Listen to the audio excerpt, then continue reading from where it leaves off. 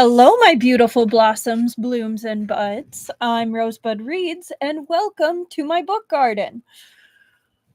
Ooh, how's everyone doing today? I am very cold, so we're gonna just wrap up. Brr. Anyway, this is also the fourth live stream of Peerless Book 2, which I'm very excited about. Yesterday's live stream ended on a rather intense note, so I'm hoping today will be a little less triggering. But we will see. On that note, I will remind everyone that this is a mature stream. There may be some very mature / triggering topics that appear. I will try to do my best to be aware of it and just kind of give a heads up and give warnings and the timestamps for those who watch later. But I've also never read this series before, so I can only predict so much. And thank you, Cookielicious. I decided to do a little something different with my hair today. Had a little fun with it. Thank you. How are you doing? I'm doing good. I'm just cold. No. So mind the trigger warnings when they come up, but also be aware that there might be some stuff in the live stream that I can't catch because I don't know it's coming. Hello, Annika, and thank you. How are you doing tonight? Other than that, welcome to the stream. I'm very happy that everyone is here. This is a chill stream, which means I will be talking to myself. I will be talking to my lovely book garden. I will be talking to the book. Thank you. And just kind of having some side conversations as well. Yeah, no, I feel that, Annika. Halfway through the week, you can make it. I know you can. No, I'm not sponsored. I do this just because I can, and because I want these books to be out there, and I know not everyone has access. So I have the time, and I have the books, and I have the inspiration. So, but I do not make anything. I'm not sponsored. 7Cs probably will never sponsor me, but if they one day do, cool. Busy with work lately. I did. It's actually right here. We're gonna open that in a little bit. I also ended up getting the Grandmaster Demonic Cultivation one, and we'll also open that. So you'll get to see what's in your copy a little early, Cookielicious. No, oh no. We're already yawning. Not a good sign. Oh well.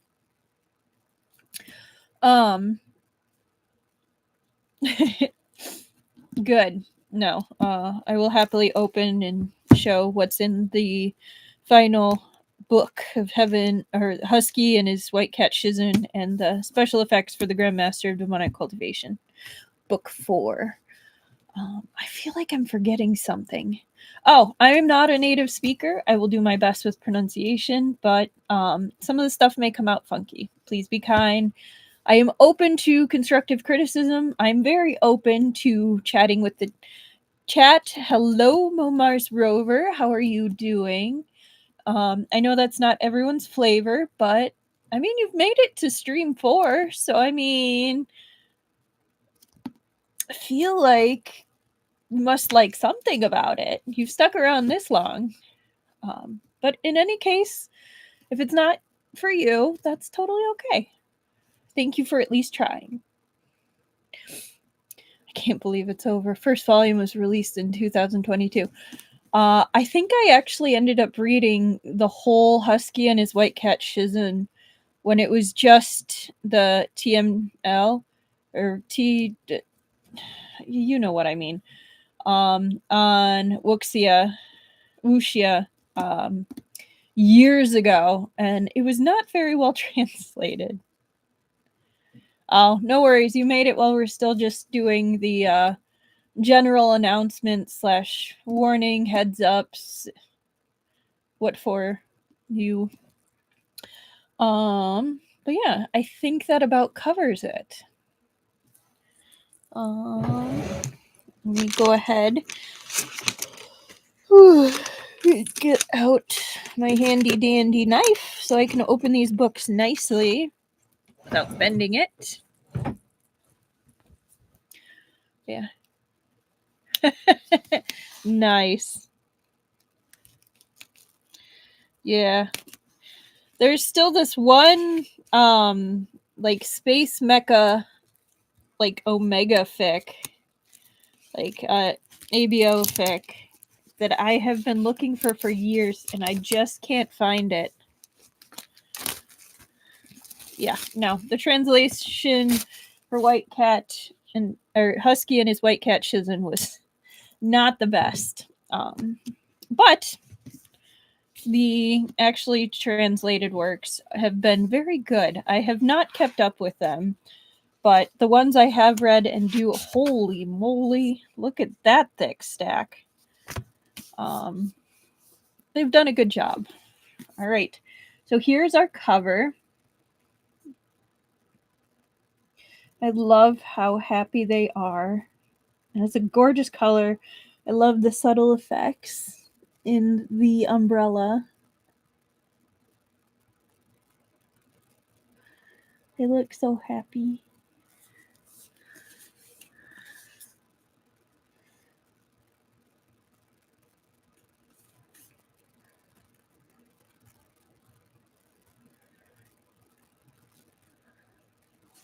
So pretty.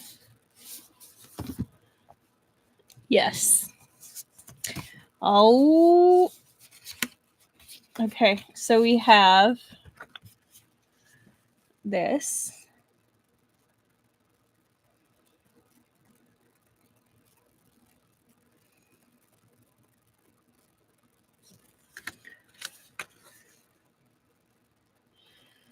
We have this. So it's supposed to be, I think, like a stand. Oh, they're hugging him.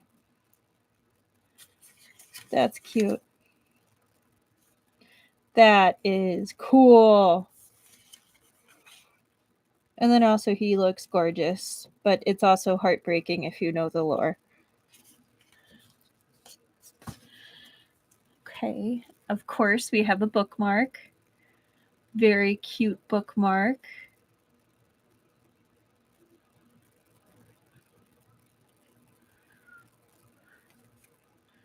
Then we have the back. I love how happy they are.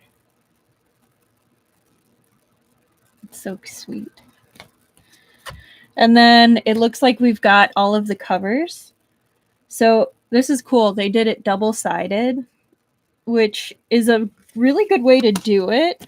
I mean, it kind of is like, oh, we don't get like one per, but that's also like there's 11. So I was kind of curious how they were going to do that. So this is a good compromise.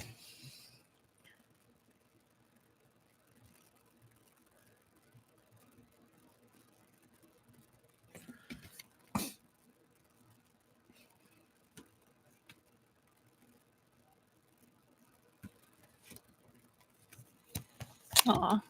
Oh, I like this. So for the last one, they gave a little print on the back.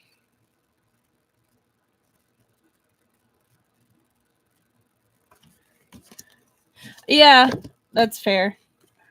Maybe because they had the 8 postcards for TGCF, they were like, that was too many. I do love this art style. It's so pretty, especially with like the tribal engravings on the animals. This was one of my favorite covers. Love how the cat is licking the little husky. This one's cool because I like the off-center symmetry.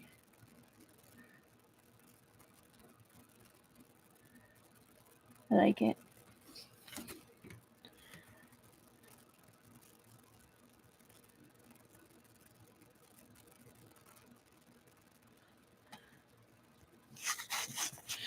Ooh. Okay. Got a sticker. Oh my goodness. This is so cute. I love this one. This one's so cute. This one's adorable too.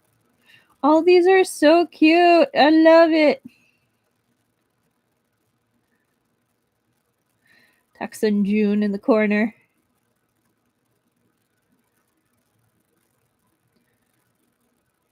So cute.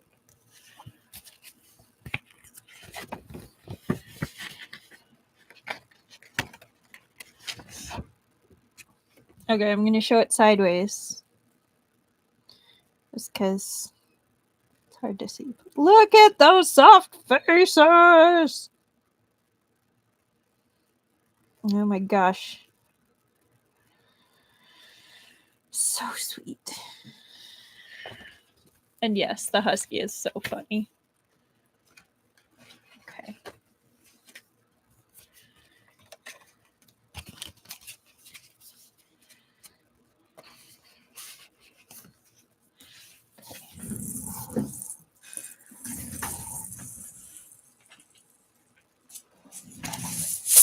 Okay.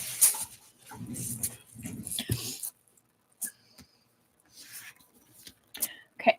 And then we have Grandmaster of Demonic Cultivation, book 4.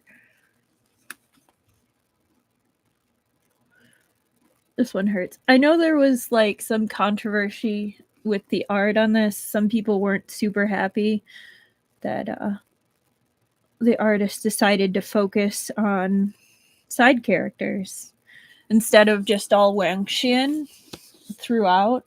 But I really like the cover. Yeah, no.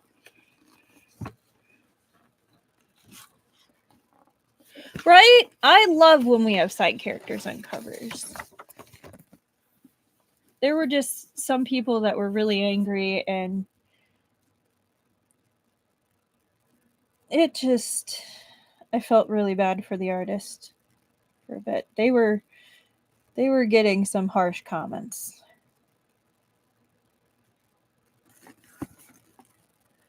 Okay. So our back quote is, "If not for the fact that he really had no other path to take." I'm going to say this is Carp Tower right here. There's our peony, covered in peonies. Yeah, we even have a peony up on the spine. Is that a... Yep, that's a peony. Focus.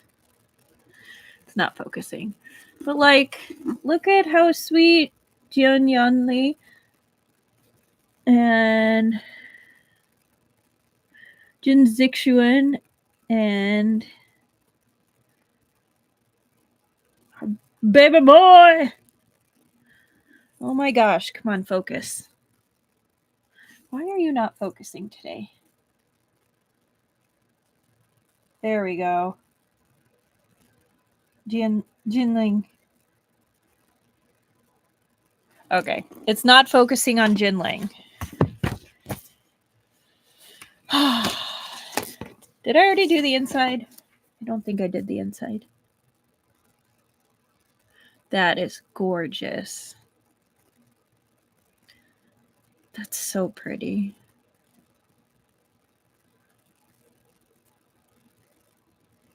Then again, I'm a sucker for Wenning.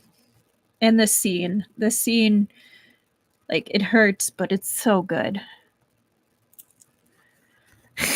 Sorry, Momar's Rover. Oh, it's the same. Okay. I don't mean to be, but I sometimes feel like I'm a instigator for bad decisions when it comes to some of the stuff I get. just because I'm like so excited about it.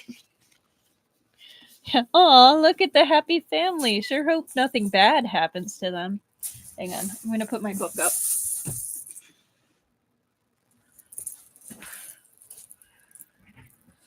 Okay. I told you it's cold, so I've got my hot packs. Though they've kind of already gone cold, they're not really helping, but it's the thought that counts.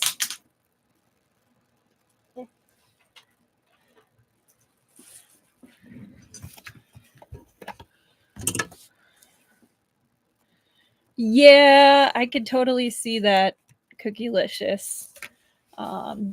My finances have been a little bit tighter recently. Oh no, the basement gets really cold. So now that it's getting warmer, we have the air conditioning on. So I get cold. Did I not turn on my heating pad? I did. Why is it not working? Well, I just get cold down here. Which makes sense. It's a basement. But yeah. Okay. I think that's about it. I'm super excited for this weekend when I've got a convention I'm going to, and I'm pretty much all set for that. I just have to pack my normal clothes for when I'm out of cosplay. But I think everything else is covered. I got my steamer out today and steamed everything, so we're covered on that sense. And got the food packed. Just gotta wait till tomorrow, and then I can head over and wait for Friday. We'll definitely make sure to share some pictures next week. But yeah, 17:15.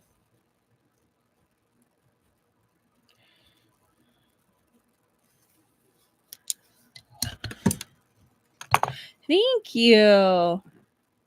I will be doing Li Yu during the day on Friday. I will be doing Choso, actually kind of basically dressed like this.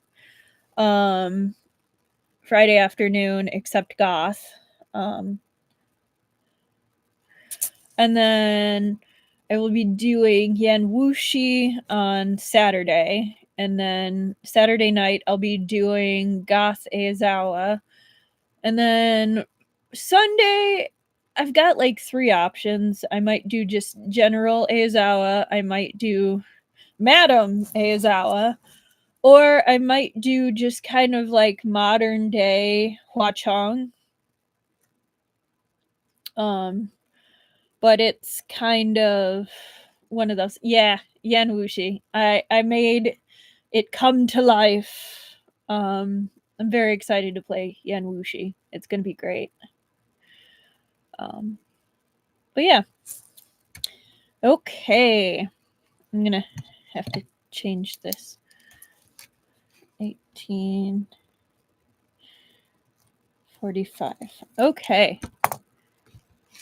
All right. Let's go ahead and get started. Last time was a bit rough. We had a very upsetting retelling happen not too long before we ended last time. We found out exactly how awful of scum Duan Chihu really is and what exactly happened 20 years ago. And who actually was killing all the people in town. It wasn't Xiao, goodness. It was not Xing Mao. It was actually a cultivator called Yan Shuxing, and it was because his sister went through something horrible via all of the people that were killed, and she died because of it. And I'm very much glossing over that, but you can read between the lines. And he never forgave them, very validly so. So that was the revenge. But now he is, his original plan, Xing Shu, had been to kill Duan Shihu's family in front of him in a horrible way, make him suffer for a long time, and then murder him. Which, again, the murdering him, I don't blame him. I can see his anger for awful, atrocious thing that happened. Less so for the innocents that are his family. Like, I get it, but it's also not right. Like, they didn't do it just because he's a horrible person. Doesn't mean you should be too. Like, there's that whole thing about blood for blood. Like, don't take debt out on someone who isn't, like, involved, basically.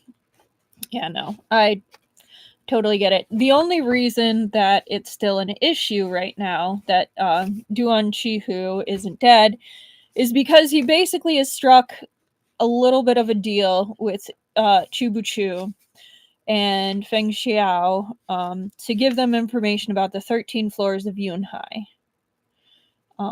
Because he apparently is the 12th member of the 13 floors of Yunhai.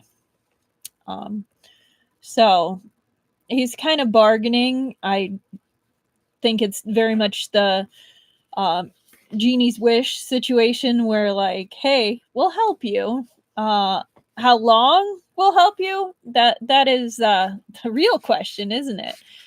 I'm hoping that's the case. I'm going to be really pissed if it's not the case, because I want this scumbag to die horribly and quickly. But we shall see, won't we? All right. On that note, let's go ahead and get started. Chapter 58. Duan Shihu had joined the 13 floors of Yunhai completely by accident. In those years, he'd recently turned over a new leaf, washing his hands of his marauding bandit lifestyle to settle down in Xiaomo and make a proper living as a merchant. Of course, proper wasn't entirely accurate. All his early wealth had been gotten unlawfully, and he'd amassed a group of loyal subordinates. He had no shortage of money or people. His transformation from bandit to powerful business mogul was unnaturally quick. Upon his arrival in Xiaomo, Cui Buqu had seen how Duan Shihu and Xing Mao had monopolized the business interests of the city. Even the inns were split between the two, half and half. If they declined to stay at one of Duan Shihu's inns, they'd have to go to one of Xing Mao's instead. There was little other choice. But back when Duan Shihu had first established himself in Xiaomo, it hadn't been so. In addition to Xing Mao, several other factions had held stakes in the city. The roots of Duan Shihu's influence were yet shallow. A foreign dragon couldn't defeat local snakes, and when it came to scheming, he wasn't necessarily their equal. Several other men of influence had joined forces and approached Xing Mao, proposing they work together to drive Duan Shihu out of Xiaomo. It was then that a man came knocking, claiming to be Yu Heng, the 11th director of the 13 floors of Yunhai. Duan Shihu had never heard of any such organization, but Yu Heng got straight to the point.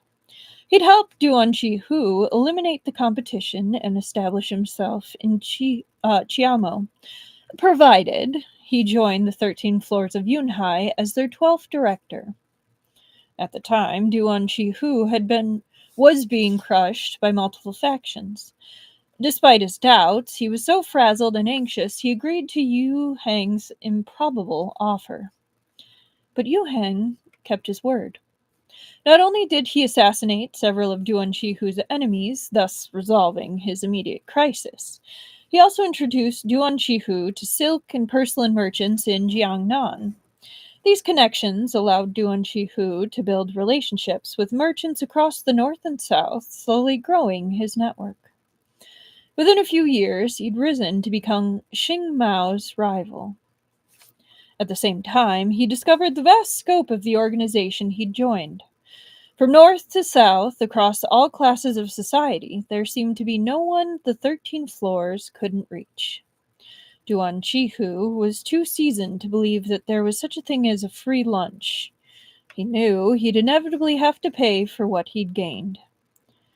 But beyond making him the 12th director and supporting his rise to power, the 13 floors of Yunhai never asked him to do anything. That's suspicious. When Xiansheng, Feng Xiaolian, who was ranked last among the floors, appeared in Xiamo, Duan Shihu had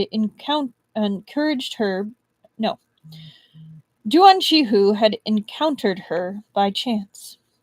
After removing her makeup, the legendary concubine became just another fair-faced woman. Duan Shihu had always been a lecherous man, but he didn't dare harbor any untoward thoughts towards Feng Xiaolian. Though she was a rank beneath him, she was far from weak.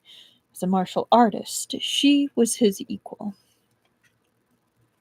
If people of Duan Shihu and Feng Xiaolian's status ranked at the bottom of the 13 floors, how strong and skilled were the people above them? Duan Shihu didn't want to dig any further. Knowing too much would only endanger him, so he chose ignorance. Yet one day, Yu Heng appeared again. He demanded Duan Shihu bring down Gao Yi and eliminate Xing Mao, taking control as the true ruler of Qiamo. The 13 floors of Yunhai, he said, would lend Duan Shihu their full support. Money or manpower. If he required them, he only need say the word. Duan Shihu, however, felt no enthusiasm for this scheme. His heart sank. He had accepted their help, and now it was time to pay his debt. He was more than happy with the status quo. No longer did he have to live with his hands soaked in blood. He spent each day in great comfort, enjoying his reputation and his wealth. Those who had despised him for his background now had to hold their noses and try to please him. As Duan Shihu aged, he had grown fearful of death and change. He might have reluctantly agreed to kill Xing Mao, but behind Magistrate Gao stood Great Su. Duan Shihu wasn't so arrogant as to believe he could take on the entire Su dynasty.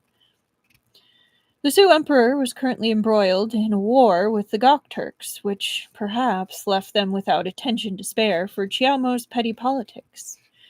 But the moment that ended, Duan Shihu refused to believe trifling Qiaomo could stand up to Great Su. In Yu Heng's instructions, Duan Shihu glimpsed a sliver of a grand and terrifying plan. He came to a realization. If the 13 floors of Yunhai were a pool of water, it was one whose depths he couldn't fathom. Thus, he politely rebuffed Yu Heng, promising to give it careful consideration. But in truth, he was drawing things out in the hope that it'd come to nothing. Multiple visits from Yu Heng had failed to persuade him. A desire to leave the 13 floors of Yunhai grew instead.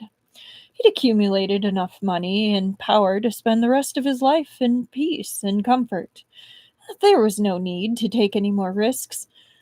You think it's going to be that easy to break away from something that is literally known as one of the world's top-class assassination guilds? Duan Shihu, you're smarter than that. I mean, go right ahead. Like, I'd love to see their retaliation. That would be fantastic. But I'm almost positive you're smarter than that.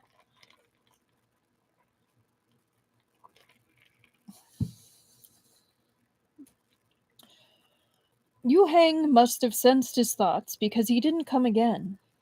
Duan Shihu had breathed a sigh of relief, yet he was still uneasy. The 13 floors of Yunhai had invested so much in him, he doubted that they would let him go without a fight. What did I say? With this in mind, he secretly trained a troop of loyal guards and surrounded himself in layer after layer of protections.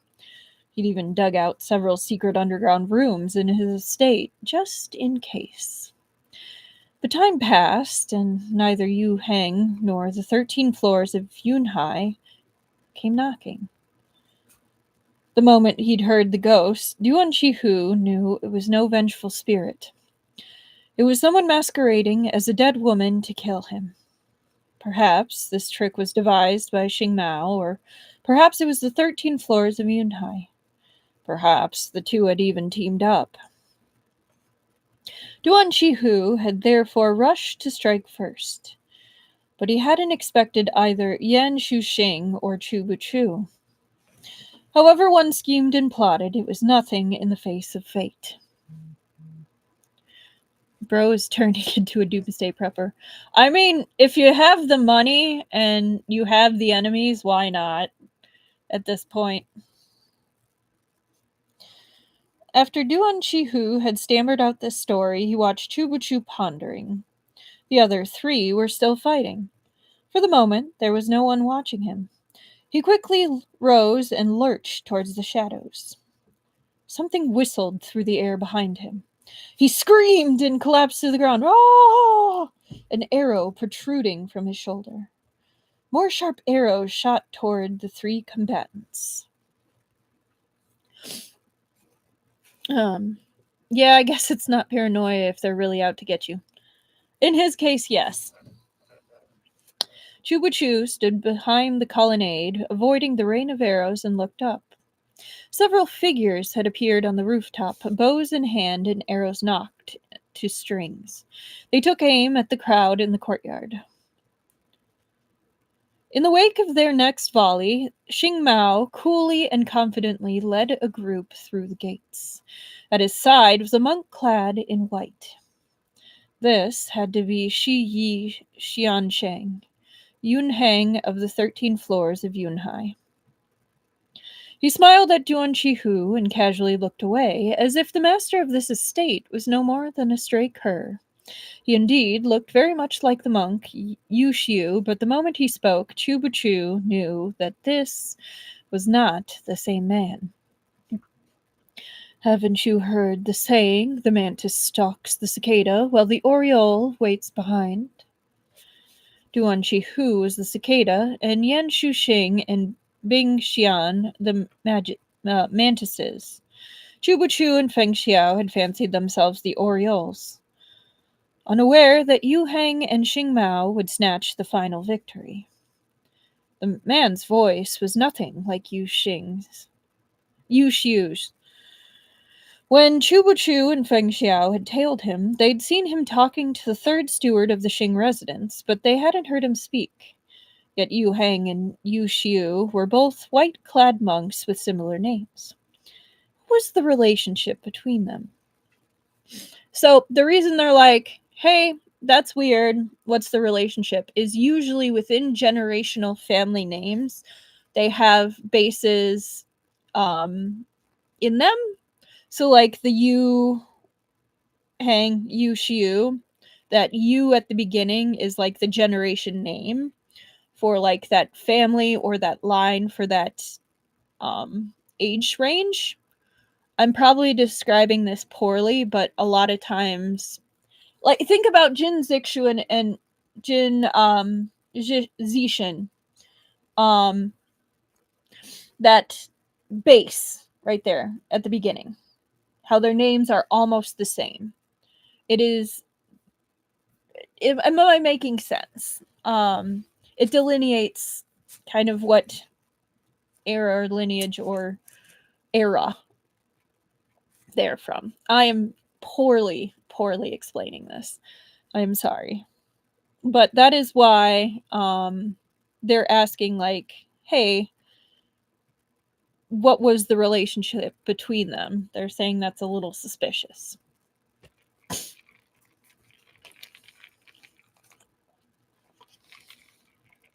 Cui Buqu frowned as he considered it. He wasn't a martial artist. Other than Bing Xian, no one on the scene spared him a thought. That was perfect for him. He was happy to hide behind the colonnade and observe. In addition to Yu Heng, Xing Mao had several other martial experts around him. Each wore a different style of dress, unlike his subordinates. These must be free agents he'd recruited from the Jianghu. Everyone was hemmed in by the Xing family's guards, who surrounded the Duan residence and stood on the eaves. On Duan Chihu's side, Steward Lin and the loyal soldiers he'd taken were nowhere to be found. Yan Shuxing had killed his remaining guards, and Xing Mao had probably cleaned up the rest on his way in.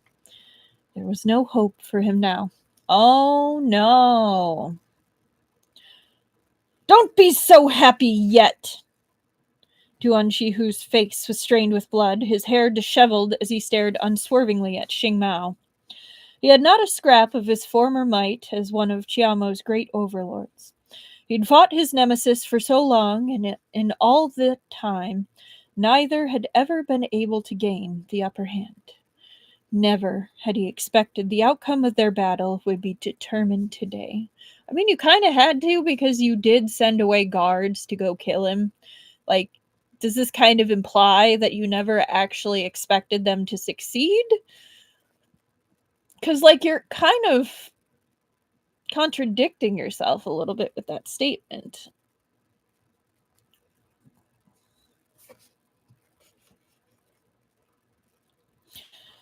Xing Mao laughed heartily, completely at ease. Good brother, are you thinking of your dozens of loyal guards? Why, they're waiting for you in the underworld. Impossible, said Duan Chihu. Speaking of which, Xing Mao continued, you spared no effort training them. If not for Steward Lin's advance warning, I might have been in quite a spot. To think your loyal subordinate would betray you. Duan Chihu let out a wail of despair. Oh! He coughed up a mouthful of blood, and his face flushed a deeper crimson. Impossible! Impossible! Lin Fang would never betray me! And yes, that is pretty funny, Annika. Xing Mao clicked his tongue in dissatisfaction. He had no patience for more talk. He waved a hand. Seize the Duan family, all of them! Thank you, Annika. Wait a minute, Yan Shuxing said coldly. The Duan family's lives are mine. Only I have the right to punish them. Xing Mao lifted a brow. Are you also here to kill Duan Chihu? No problem at all. I'll chop off his head and you can have the body. As for the women, children, and elderly, you may watch from there as I deal with them. No, Yan Shuxing rejected him firmly. My grudge against him is deep. I must punish him personally. Xing Mao was growing restless. Whoever is stronger has the final say. He glanced at Yu Heng. The monk nodded and smiled. Duan Chihu must die today. Yay!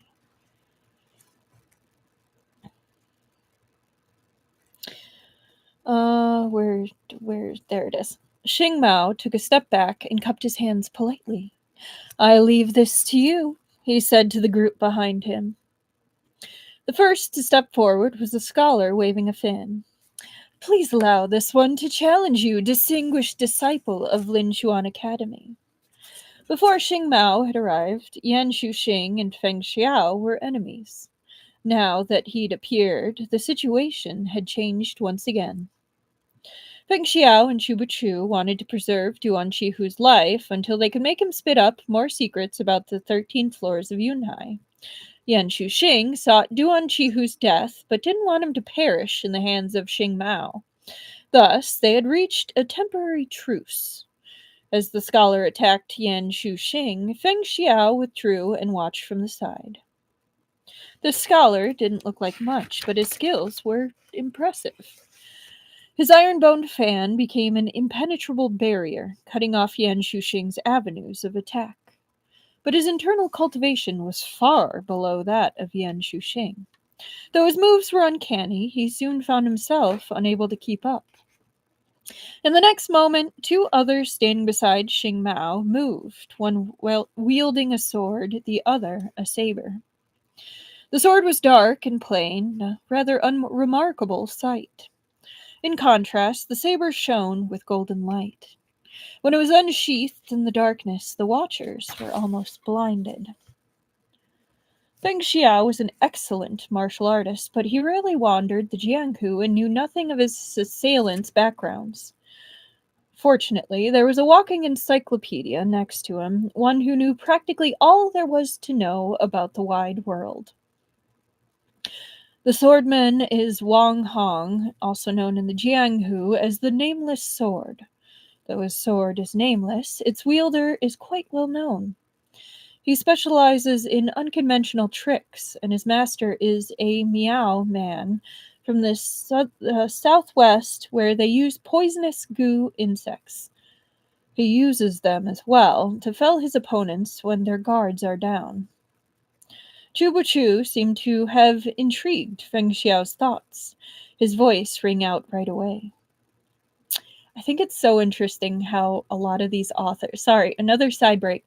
I find it fascinating how a lot of these authors address goo specialists, goo, which is insects, poison,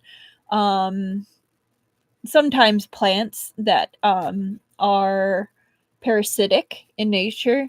It's fascinating, the plots and the mysticism behind it, because a lot of them kind of, from what I've seen through literature, are kind of treated in the same way as like one demonic cultivators, yes, but like a different sect of it where almost it would be equivalent to like witch doctors, or where even demonic cultivators are wary, hesitant, scared of those who use Gyu because they can mess with you and you'd never know. And I just think it's fascinating. Okay, continuing on.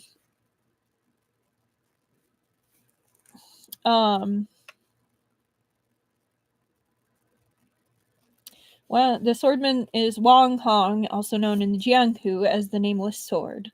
Though his sword is nameless, its wielder is quite well known. He specializes in unconventional tricks, and his master is a Miao man from the southwest, where they use poisonous Gyu insects. He uses them as well, to fell his opponents when their guards are down. Cui Buqu seemed to have intrigued Feng Xiao's thoughts. His voice rang out right away. A good idea of what a Gyu wielder would be Shino from Naruto. He would technically be a Gyu cultivator, that along with his family, because he literally cultivates the insects inside his body and uses them to fight. Done with tangent. I'm done. But yeah. Yan Shuxing cocked his head as a silent breeze brushed past his ear. Bing Xian flicked a finger. A black insect fell to the ground, her silver needle piercing its body. Yan Shuxing glanced in Cui Buqu's direction. Had he not spoken, Yan Shuxing might have fallen for this trick. The man with the saber is Hu Yun, known for his wealth and virtue alike. He hails from a rich family in Shanxi. Food and clothing are never his worries. Gold is a soft metal, but he hired a skilled blacksmith to forge his golden saber. The gold was refined and mixed with iron before quenching. Ordinary swords are powerless before it, and his saber techniques are considered second tier. Cui Buqu spoke quickly and calmly, outlining the key points of his history. Listening, Hu Yun grew agitated. You asshole! Who are you calling second tier? Yan Shuxing's foot slammed into the saber wielder's gut and sent him flying. His golden saber landed with a clang. Oh, I got it. There we go. The scholar chuckled. Yu Hoon, looks like your luck has run out. The fan-wielding scholar, Yue Xia Fang, Cui Buqu went on.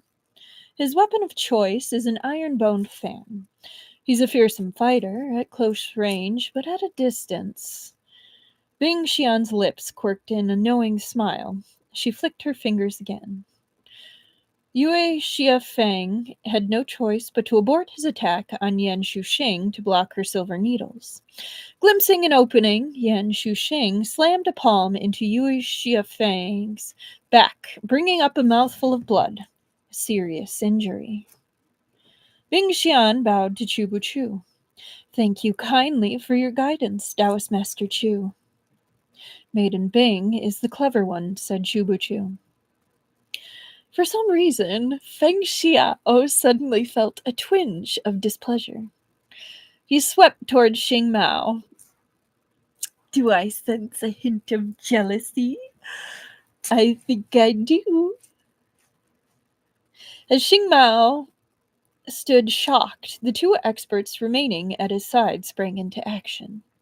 The first crooked his fingers slightly and grabbed at his face, while the other pinched his thumb and forefinger together as if plucking flowers. In truth, he was holding a very fine thread, its edge sharper than most swords.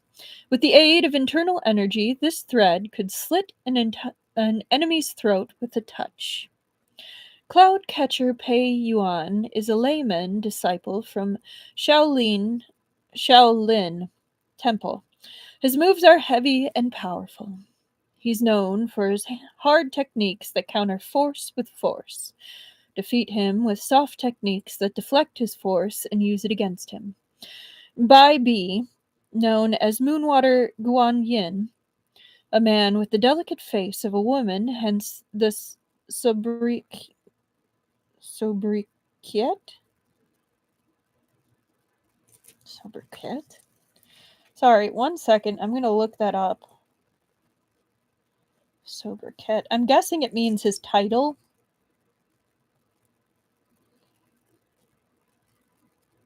Sobriquet. Pronounced sobriquet, or sobriquet, is a descriptive nickname, byname, or moniker given to a person, place, or thing, often emphasizing a specific trait. It often implies a familiar substitute for a proper name. Okay. That's what I thought, but... Alright. But his silver gold threads are practically mystical weapons. All those who'd perished at his hands have underestimated him. Cui Buqu accurately pinpointed everyone's weaknesses. As he spoke, Feng Xiao raised his hands. Everywhere his true qi touched, Bai Bi's silken threads were sliced through. Suddenly, Cui Buqu fell quiet. A hand was clutching his throat. Yu Heng squeezed Cui Buqu's neck and smiled at Feng Xiao, who now had Xing Mao in his grasp. Would you like to save a life or take one? Pei Yuan and Bai Bi hadn't even seen Yu Heng move. Feng Xiao had thrown them aside with their acupoints sealed. Xing Mao's face was white with shock. He'd never imagined encountering variables like Feng Xiao and Cui Buqu. His victory was within his reach. If not for them, Yan Shuxing and Bing Xian would have already been forced to withdraw. Anger exploded through him as he bellowed, You Xiansheng, you can't abandon me! Yes, he can. You never made a deal. He came to you with information.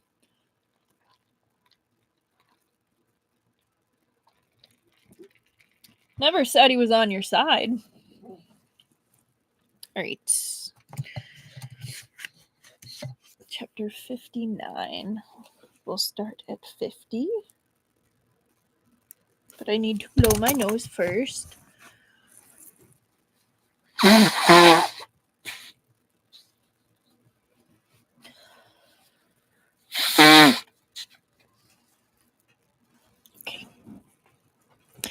Chapter 59. Yu Heng's gaze flickered as he looked at Feng Xiao. The mighty Lord Chief of the Shu Yue Bureau is in my hands. Let Xing Mao go, or I'll snap his neck. Then we'll see who suffers the greater loss. Feng Xiao arched a brow. If you know his identity, you must also know mine as well.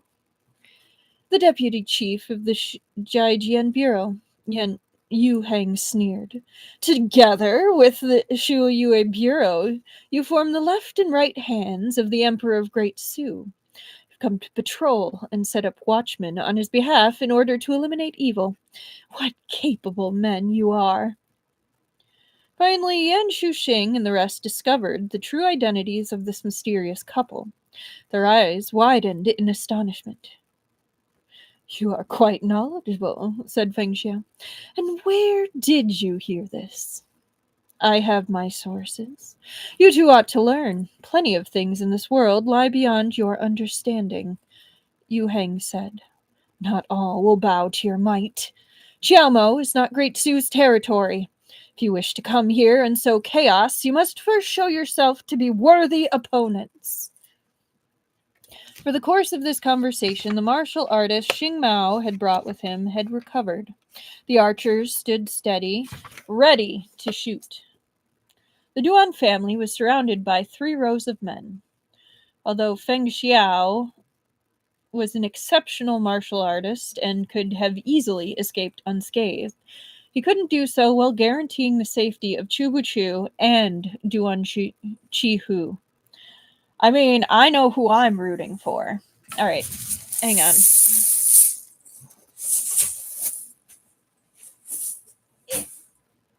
They're not warm anymore, so it's fine. Okay, now that his identity had been exposed, Feng Xiao relaxed back into his natural voice. Oh, I should have been doing the lady voice. Right? Like, oh no, who's he going to choose?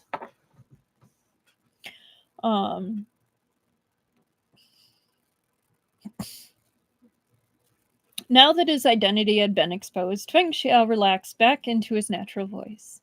He remained carefree as ever, without any trace of anger or panic. Since you know who we are, you should know that the Jiajian Bureau and the Shu Yue Bureaus have never been friends.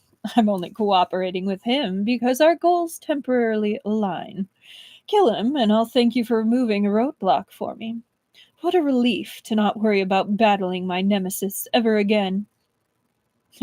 You make it sound simple, Yun Heng mocked. If I kill him, how will you explain to your emperor when you return to the capital?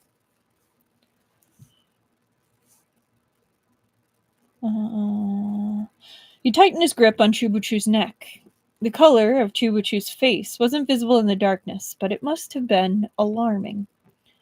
Wait! Surprisingly, it was Bing Xian who spoke. What do you want to set him free? Make the deputy chief release Xing Mao first. Whether or not he lets Xing Mao go isn't up to me, said Bing Xian. But I do know the location of Duan Qihu's private storeroom. Why not exchange this for Taoist Master Chu's life? Duan Qihu has dominated Xiaomo for years and accumulated wealth nearly equal to Xing Mao's.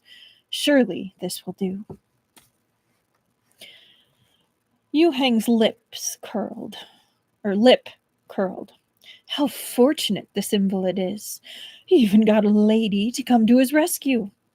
Tell me, have you fallen for him? This question removed any doubts Feng Xiao might have had over whether Yu Heng was the monk Yu Xiu. A strategist capable of winning the trust of the Prince of Jin could never be so shallow. But if Yu Heng wasn't Yu Xiu, what explained the similarities between them? And how did Yu Heng know their true identities? Feng Xiao felt inexplicably restless. Yu Hang was no more than a capering clown, but Feng Xiao's perfect control over the situation had been destroyed by the sudden intervention of Bing Xian. Oh, he does not like that. Oh, yeah, and unless he decides to be a little shit, of course, which is a very real possibility. It very much so is, especially since Bing Xian right now is putting herself in the middle of the situation, and I do think he's getting unknowingly a little jealous and is just like,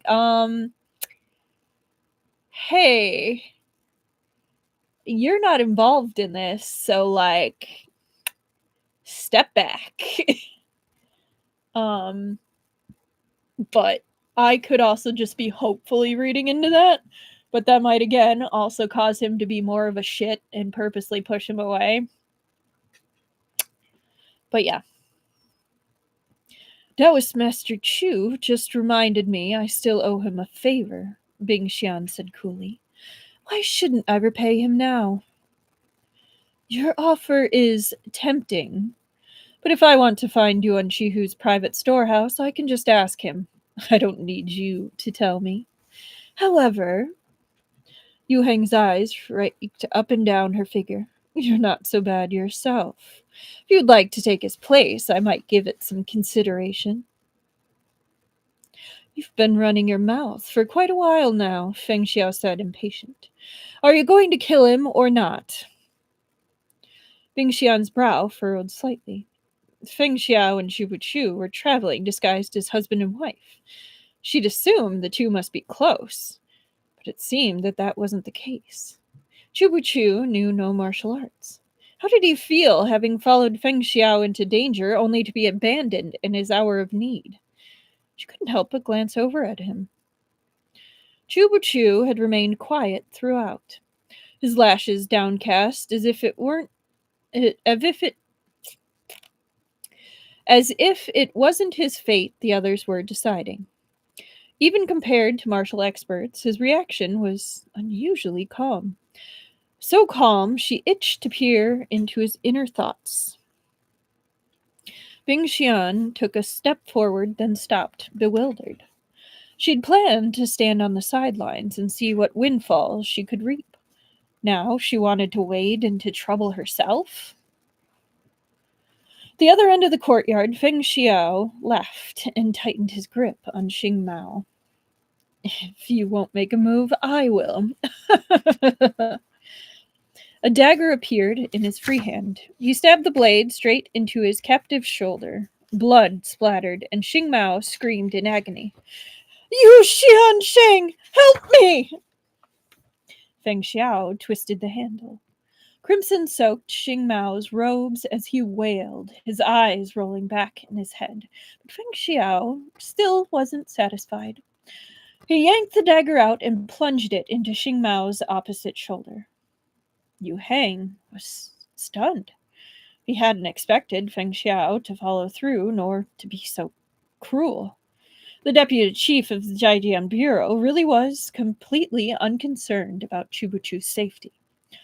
Should Yu Heng do the same to Cui Buqu? But even if he killed him, Feng Xiao mightn't let Xing Mao go. Xing Mao already had one foot in the grave. If this continued, he might really die and no longer be of use. I love how he was like, I call your bluff, and Feng Xiao was like, oh yeah? Watch this! Yu Heng was disoriented as he struggled to decide. His hand around Cui Buqu's throat unconsciously loosened. No! Something was wrong! From the depths of his mind came a spark of awareness, pulling him back from the brink of confusion. No one else around them had reacted to their confrontation. It was completely bizarre. It wasn't only Yue Xiafeng and the other experts. Xing Mao's screams echoed unceasingly, oscillating between loud and soft. As for Feng Xiao, the smug curve at the corner of his mouth never changed. It was an illusion, an incredibly brilliant one. The Cui Buqu before him had been motionless, like a puppet. At that point, if he'd still failed to realize he'd fallen prey to an illusionary technique, he wouldn't have deserved to call himself a martial artist. Yu Heng bit down hard on his tongue. Blood filled his mouth, but the pain brought clarity. The puppet-like figures around him returned to life. His hands were empty, and Cui Buqu was nowhere to be seen. In the same instant, someone rushed towards him, sleeves flowing like the wings of a great eagle as their internal energy surged over him in waves. Yu Heng had no time to spare, searching for Cui Buqu or Xing Mao. When the fighting began, Duan Chihu had crawled behind the colonnade, hoping to sneak off quietly. The Duan family was still in the courtyard awaiting slaughter, yet at that moment, Duan Chihu could think only of saving his own skin. You asshole. Yan Shuxing had kept Duan Chihu in view the entire time, unwilling to let him go. Upon seeing Duan Chihu's attempt to flee, he made a grab for him. Duan Chihu chuckled coldly. There was no fear in his eyes, only malicious mockery, as if he had finally found his chance to escape, powerless to stop it.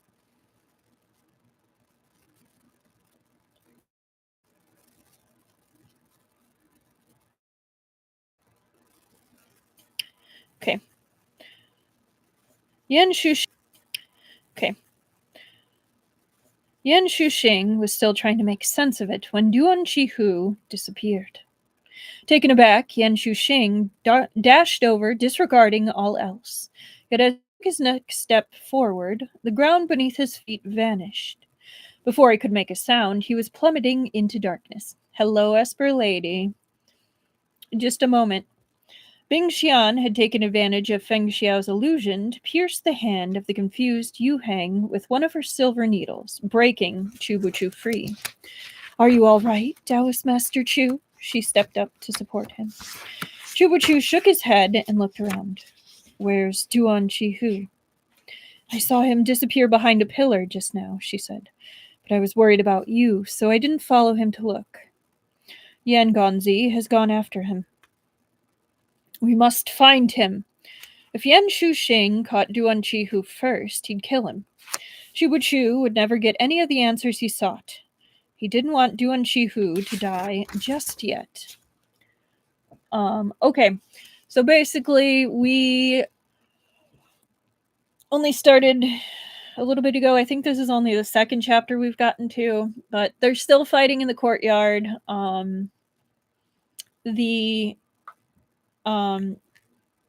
Their identities have been spoiled, so they now know about the Jijian Bureau and the Shu Yue Bureau, and who they are. And there was a little bit of a standoff, and I think Xing Mao actually did get stabbed, but it might have just been an illusion, but I think he did actually get stabbed. But now Duan Chihu is running away, and I hope he dies. But yes. How are you doing, Esper Lady? I'm gonna keep reading while you answer. But yeah. Meanwhile, Feng Xia was facing not only Yu Heng, but Yue Xia Feng and the others as well. Seeing Cui Buqu leave with Bing Xian, he couldn't help shouting, Hey! I'm dealing with our enemies for your sake, and you run off with a new lover, and that's going to be another shameless counter, which leaves us at 13. With injustice to service workers, we've got 5, 10, 15, 20, 21. Justice to service workers, we still have 1. Injustice to animals, we got 2. And injustice to innocents, we have 7. Yes, I'm glad you were doing good, Esper Lady. Okay. Cui Buqu didn't turn. Those who are capable should work harder. I have the utmost confidence in you. Xing Mao crawled upright. No, none of you will escape. Archers! On my word! He ground out through clenched teeth. Because the tiger has yet to show his claws, you've taken him for a sick cat. Feng Xiao loosed a peal of laughter as his palm collided with Yu Heng's. The monk flew backwards, slamming heavily into a pillar. So,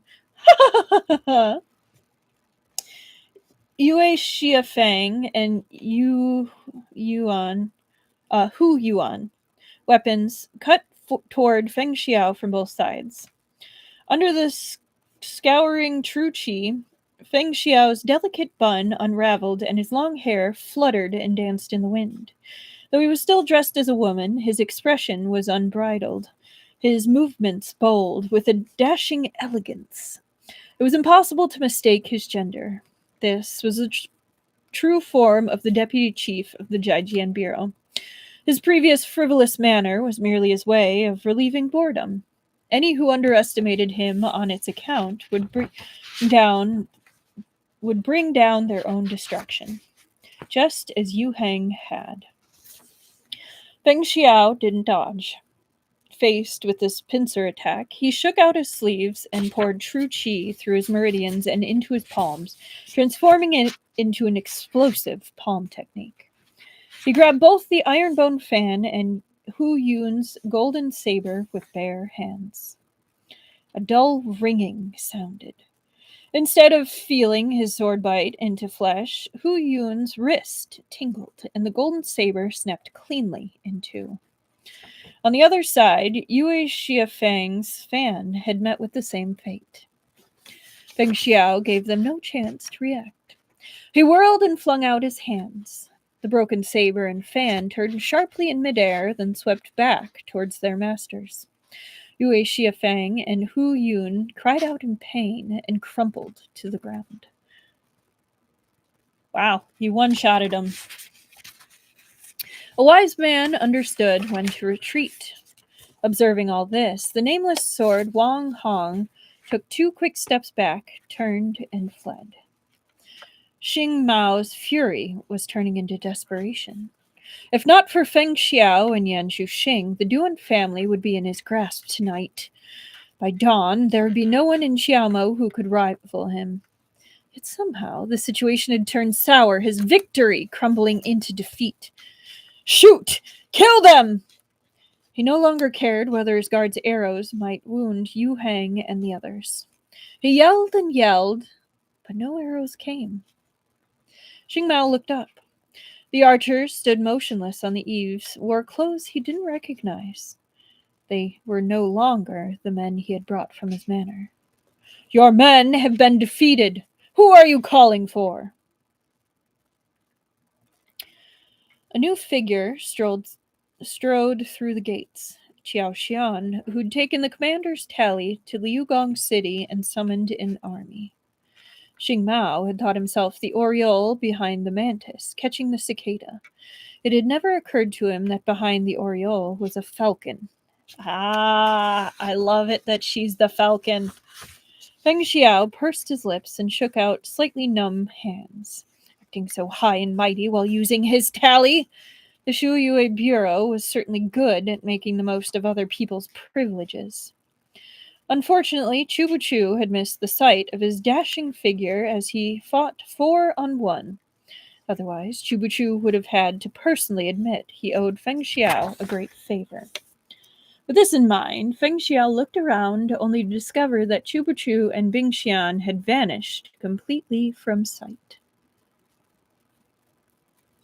Oh, you've never seen it? Oh, yeah, the saying, yeah.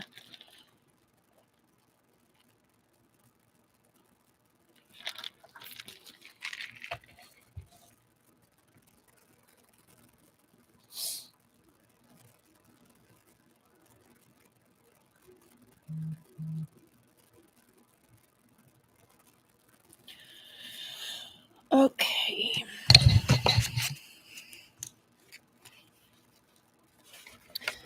Oh, 9, 15.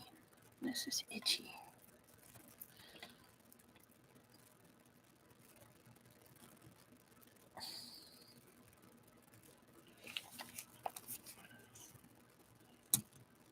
Okay. Chapter 60. Even while enjoying their wealth and glory to the utmost, men like Duan Shihu always prepared for the unexpected. It would be stranger if he didn't have some kind of secret passage, bolt hole, or other avenue of guaranteed escape should the need arise. Still, Cui Buqu had expected the entrance of Duan Shihu's secret passage to be somewhere more typical, in his study, perhaps, or under his bed. Instead, it was triggered by a mechanism behind the railing at the rear courtyard. This courtyard would usually be bustling with people and theoretically provide no concealment at all. But this most unlikely of places had now become Duan Shihu's final thread of hope. As Cui Buqu jumped down into the gap, he mused that this couldn't be the only entrance. Otherwise, if Duan Shihu met with danger in his study or bedroom, certain death awaited him. The tunnel slanted down at a steep angle. Duan Shihu must have spared no expense with the excavation. The walls and floors were smooth, devoid of any rough stones that could cause injury. After sliding down steadily, the ground suddenly disappeared beneath Cui Buqu's feet, and he dropped into thin air. A gentle arm reached out to hold him up, preventing him from tumbling head over heels. "Thank you very much," he said softly.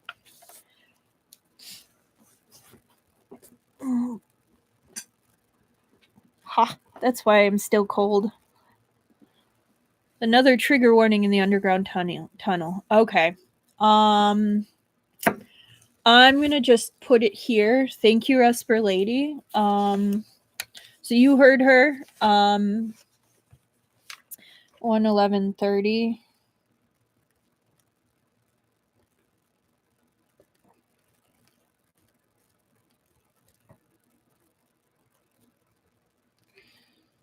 All right, thank you for that, Esper Lady.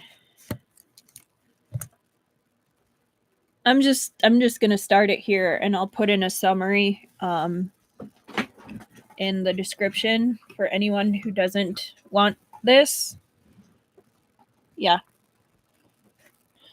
Okay.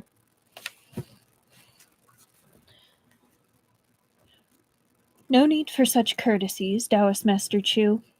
Though it was too dark to see, Bing Xian, like him, had been observing their surroundings. Yan Gonzi and Duan Shihu fell down here too. They can't have gone far. But all around was silence, with no whisper or scuffle to movement. Wherever Yan Shuxing and Duan Shihu were, they weren't nearby. "Let's take a look," said Cui Buqu. Bing Xian had no objections. "It's pitch black in here. Even I can't see where we're going. Please follow closely, Taoist Master Chu, or I won't be able to save you if anything happens. Let me walk in front." The tunnel was wide at some points and narrow at others, but even in the widest spots, it couldn't accommodate two people walking side by side. There would be nowhere to hide if they ran into danger. But if Cui Buqu walked behind Bing Xian, he'd likely crash into her in the dark. And that would be terribly awkward. Bing Xian smiled in the gloom. She'd met no shortage of men who used any excuse to take advantage of a woman, and just as many hypocrites stuffed with fake integrity. Yet Cui Buqu's actions spoke for themselves. He simply drew a line between them. Bing Xian admired him greatly for it. "No need," she said. "It's better if the Taoist master stays behind me." She stepped out with one hand on the wall for guidance, slowly moving forward. "There should be some candlesticks along the wall. Let me see. Found them." Bing Xian took a fire starter from her lapel and lit the wick. A small glow flared to life, and both breathed a sigh of relief. Darkness meant the unknown, and people always feared what they couldn't comprehend. If any traps or mechanisms awaited them, this small glimmer of light would make them that much easier to see. Bing Xian took the candlestick off the wall, hoping to light the surrounding candles as well. But the wicks had all burned down. Even the candle in her hands was reaching its limits, burned down to a nub. For the candles to be in this state, people must have come here often. Oh no. Oh no. I think I have a feeling of what we're going to find. They looked around. They'd fallen into a man-made stone chamber. Its four walls were flat and smooth, but beside them there was nothing else. No beds, no seats, nor any desk with ink or paper. Ping Xian frowned. Uh, Perhaps people came here often, but what did they do? Did they sit on the floor or stand around talking until it was time to leave? Yet the slope of the entrance had been almost sheer. Climbing out wouldn't be easy. Cui Buqu crouched down and touched the ground, then sniffed his fingertips. Blood. They were just here. Ping Xian was secretly ashamed. She looked at the four walls, but neglected the ground beneath her feet. She crouched as well and looked where Cui Buqu was pointing. Sure enough, there were faint traces of blood, evidence that someone had been dragged through the room. Cui Buqu asked Bing Xian for the candlestick, then lay flat on the ground to examine the traces. Eventually, he pointed towards one corner of the room. They went through there. The blood stains twisted and turned in the sand, and small stones on the ground shifted with them. The traces were faint in places and heavy in others. It was unlikely Duan Chihu was faking his injury. Perhaps he couldn't walk properly, and his feet had stumbled. When Yan Shuxing caught up to him, he'd apparently been dragged along the ground until the traces of both men disappeared together into this empty corner. There had to be a mechanism hidden in the floor tiles or walls. Without a moment to waste, Cui Buqu and Bing Xian both started searching. Cui Buqu's efforts were fruitless, but Bing Xian soon exclaimed, Esper Lady, is this about where it's going to start? Just because I'll move the trigger warning forward, because this has been okay. But before I keep going,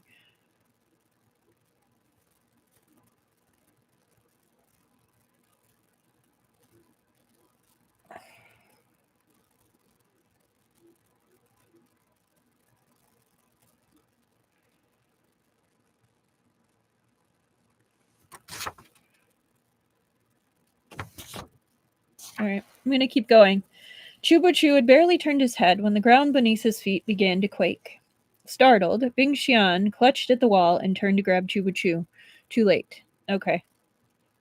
Cui Buqu was already falling. Her hand brushed past his, grasping air. In the next instant, Cui Buqu's back slammed into the ground. Agony exploded. No, you're fine. It's all good, Esper Lady. The next instant, Cui Buqu's back slammed into the ground. Agony exploded through him as a reeking wind hit him full in the face, accompanied by the bellow of the beast. Pain tightened his chest, and a cough surged in his throat, but at the sound of that animal's roar, he choked it back. For Bing Xian or Feng Xiao, avoiding a ferocious beast posed no problem, but such a confrontation was far beyond Cui Buqu's abilities. There was no escape. All he could do was close his eyes.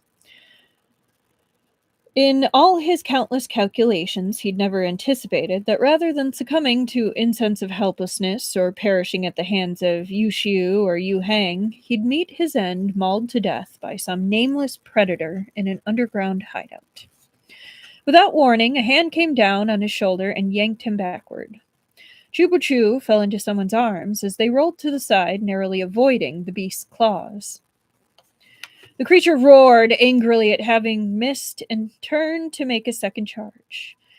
Cui Buqu felt himself released, and there came a clang of a weapon as whoever had saved him faced the beast head-on. In the darkness, human and beast fought in a tangle of limbs and claws. The beast had fancied Cui Buqu its dinner, yet someone had gotten in its way, was now wounding it all over. Impatient and hungry, it bellowed again and pounced at the newcomer, only for a sword glare to split its belly open. The creature collapsed to the floor with a dull thud.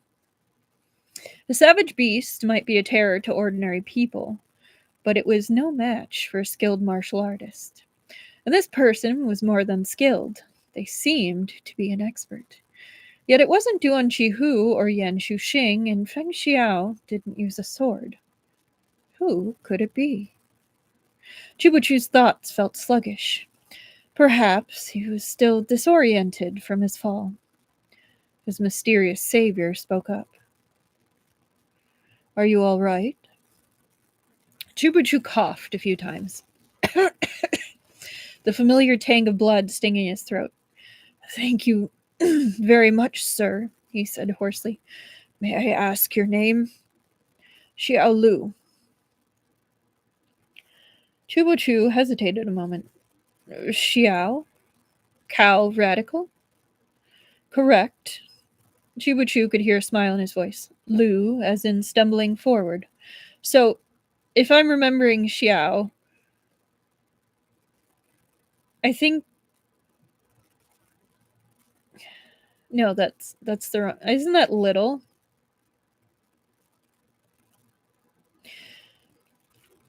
Anyway, Cui Buqu pressed a hand to his forehead and frowned, his mind still spinning. The name was familiar, but it was a moment before he recalled why. Sure enough, this was another famous name. In fact, an incredibly famous one. What was so special about the Duan residence that it summoned such an assembly of heroes over the course of a single night?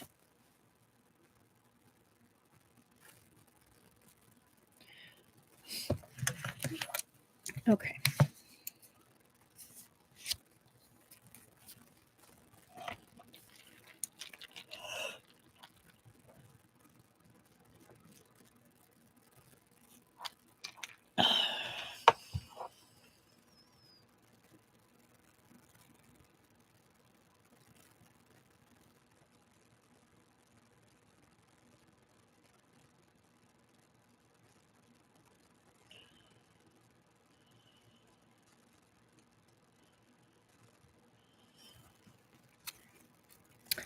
Okay, chapter 61.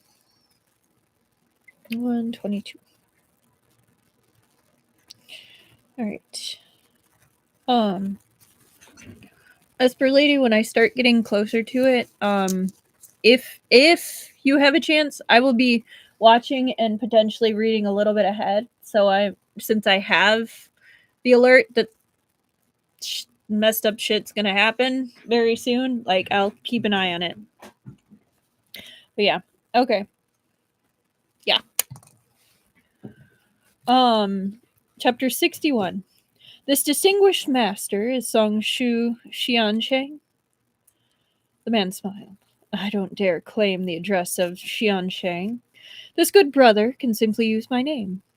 Song Shui is a nickname I use when fooling around with my friends. A joke. The Shuiyue Bureau was well informed, and Cui Buqu had a deep knowledge of important names across the various royal courts in the Jianghu.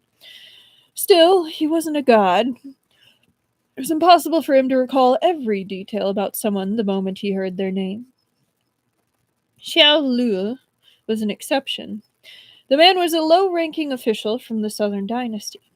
Specifically, he was the lowest-ranking secretary in the Eastern Palace, an inconsequential position that wasn't even permitted to attend court. As far as his career was concerned, he was a complete and utter failure. This, however, was not the whole story. Xiao Lu was descended from a branch of the Xiao family in southern Liang, and had studied under the renowned calligrapher Gu Yiwang and the monk Zi Yang from a young age, excelling in both regular and cursive script. He was known for incorporating calligraphy into his swordplay, creating his own techniques, and was unrivaled with both the pen and the sword. Yet when people discussed Xiao Lu, their conversations always included the words, what a pity. What a pity the heavens envied talent. Considering Xiao Lu's abilities, he shouldn't have met a dead end as a ninth-rank official in southern China. Cui Buqu couldn't guess whether Xiao Lu was an enemy or a friend. There was no time to ask all the questions he wanted, so he chose the most pressing. Is Xiao Gonzi not an official in the southern dynasty? Why have you come to Jiamo? I resigned my position and came to save someone. Xiao Lu met Cui Buqu's direct questions with an equally direct answer. Sir, how should I address you? My surname is Chu. Does Xiao Gonzi know the way out? I've only just come in myself. I'm looking now. Cui Buqu was becoming increasingly certain that there was more than one entrance to this chamber. But if Duan Hu had created this underground passage purely to aid his own escape, why employ such a complicated design?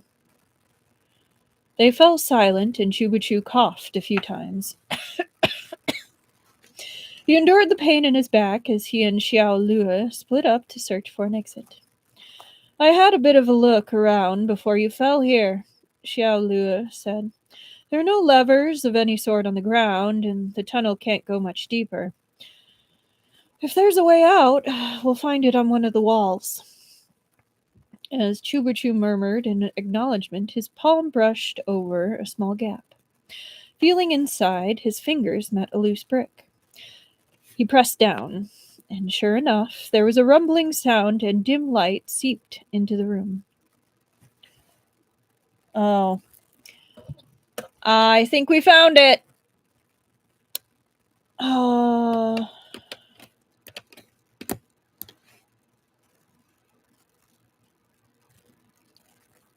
Yep, I think we found it.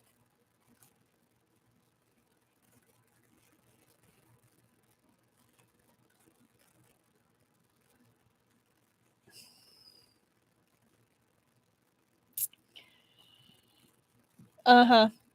We found it. Okay. Trigger warning. We're just gonna start here.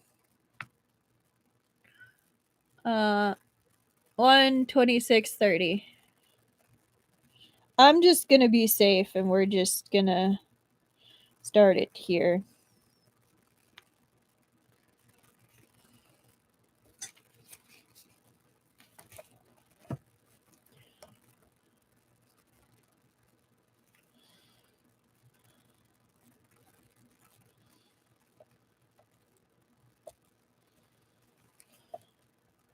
Sorry, I'm just making a little note from what I already see. Okay. All right. As Cui Buqu murmured in acknowledgement, his palm brushed over a small gap. Feeling inside, his fingers met a loose brick. He pressed down, and sure enough, there was a rumbling sound and dim light seeped into the room. Behind him, a stone door ground open, accompanied by the feeble moans of women. What are women doing in an underground passage? The question rose simultaneously in both of their minds. As the stone door opened fully, a peculiar scene was revealed. Cui Buqu was the type who wouldn't bat an eye if Mount Tai collapsed in front of him, yet even he stood dumbfounded. Beyond the darkness of their surroundings lay a world of light. Hanging red veils of silk and satin gave off the aroma of sandalwood and apricot. The air was sweet and fragrant, as intoxicating as any earthly paradise. The wavering moans came from behind the veils. Cui Buqu and Xiao Lu approached the doorway. That heady scent seemed to stir their minds, and both frowned and took a step back. Xiao Lu flicked his wrist, and the wind from his sword swept away the cloying fragrance. As light spilled into the chamber, Cui Buqu finally saw that the beast they'd fought was a tiger. Two men were collapsed next to its corpse, sword wounds carved into their abdomens. Xiao Lu had probably slain them before Cui Buqu's arrival. Other than the two men and the tiger, they found none of the traps that they had imagined. Several beds were scattered within the stone chamber on the other side of the doorway, each holding a woman wreathed in thin gauze. The women weren't naked, but what they wore left little to the imagination. Their cheeks were flushed and their eyes dazed as they ran hands over their bodies, movements and poses unconsciously seductive. Thin iron chains wound around their ankles and attached to the bedposts, imprisoning them within their scarlet curtains. Even without the iron bands, they were drugged and trapped within a chamber guarded by a ferocious tiger. They had no chance of escape. Xiao Lu's face was black with anger. He strode over to one of the beds. Mei Diang. The woman looked at him with teary, hazy eyes. She didn't seem to have heard him. Xiao Lu grabbed her wrist and inserted a thread of true qi into her arm, then kneaded a couple of acupoints across her face and head. The woman trembled, her eyes slowly gaining focus. When she saw Xiao Lu calling her name, she was stunned. She bucked on the bed as if to leap up, and her pale complexion turned green as fat tears rolled down her cheeks. Qigua? Now Cui Buqu understood. This wasn't merely Duan Shihu's escape route. It was also his pleasure den. The women he'd imprisoned here were likely from good families, tricked or kidnapped into captivity. He'd be too easily exposed if he kept them openly in his estate. Down here, they were hidden away from prying eyes, never to see the light of day. These women were powerless to resist. Duan Shihu could do anything he wanted in this chamber, satisfy any kind of secret or twisted fetish. God, I hope he's dead. Since joining the Shuyu Bureau, Cui Buqu had seen too much of the abundant filth of this world. The scene before him wasn't particularly surprising, but he hadn't expected Xiao Lu's loved one would be a victim as well. He walked a circuit around the room, kicking over the incense burners in each corner. That intoxicating fragrance instantly faded. Mei Niang clung to Xiao Lu and wailed, as if pouring out a lifetime's worth of grievances. The other women, still under sway of the drug, lay insensate, even Meng Niang's weeping failing to wake them. Cui Buqu frowned. Xiao Gonzi. Xiao Lu smiled bitterly, but took his meaning. He knocked the woman in his arms unconscious and laid her back down on the bed, then approached the others to wake them as he had Meng Niang. Wait, Xiao Gonzi, said Cui Buqu. These women have been tortured. When they wake, they may react like your sister. It'll be difficult to bring them all with us out. Them all out with us. Why not free them from their chains now, and after we find a way out, we'll send someone down to rescue them. Yeah. Why not free them from their chains now, and after we find a way out, we'll send someone down to rescue them. Xiao Lu nodded. Chu Xiang has considered this thoroughly. He did as Cui Buqu suggested, slicing through each of the chains binding the women. But they'd been under the influence of the drug for too long. Recovery would be slow. Even freed, they weren't going to suddenly spring up, cry, and run about. They remained on their beds, faces desperate, as they twisted seductively against the bedding, bodies covered in bruises, old and new, evidence of the torment that they had endured. Lamenting now would do them no good. Cui Buqu wasn't a soft-hearted man, and Xiao Lu similarly wasted no time on useless expressions of sympathy. Together, they began to look for an exit from the stone chamber. After a few moments, Cui Buqu heard his companion sigh. The short huff of breath contained unconcealed anger and frustration, yet Xiao Lu suppressed his emotions, letting reason guide his actions. This was the kind of man Cui Buqu admired. Someone with an eye always on the bigger picture, never letting his own weaknesses drag him down. Take heart, Xiao Xiang. I've heard there are several skilled doctors in Qiaomo. Take your sister once we leave. Xiao Lu had just saved him, after all. Would be rather too callous if he showed no concern. Xiao Lu's smile was strained. She's not my sister, but the daughter of my father's friend.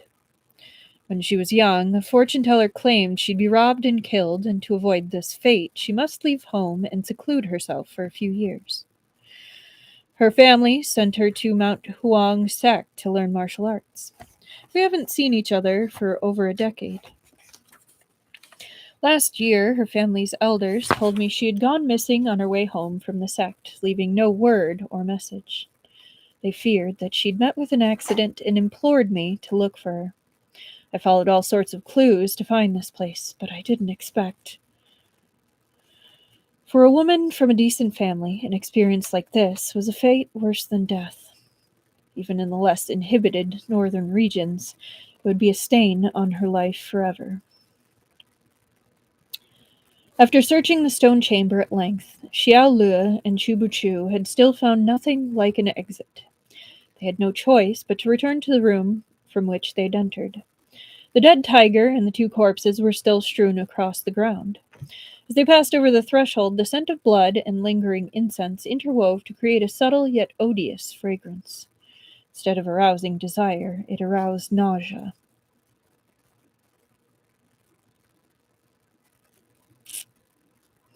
Xiao Lu searched the walls again, but found no additional mechanisms. His brows knit faintly with anxiety, though not for his own sake. Mei Niang was still inside, in poor condition. The longer he tarried, the worse her situation would become. "Here," said Cui Buqu, "a tile that's sunken in."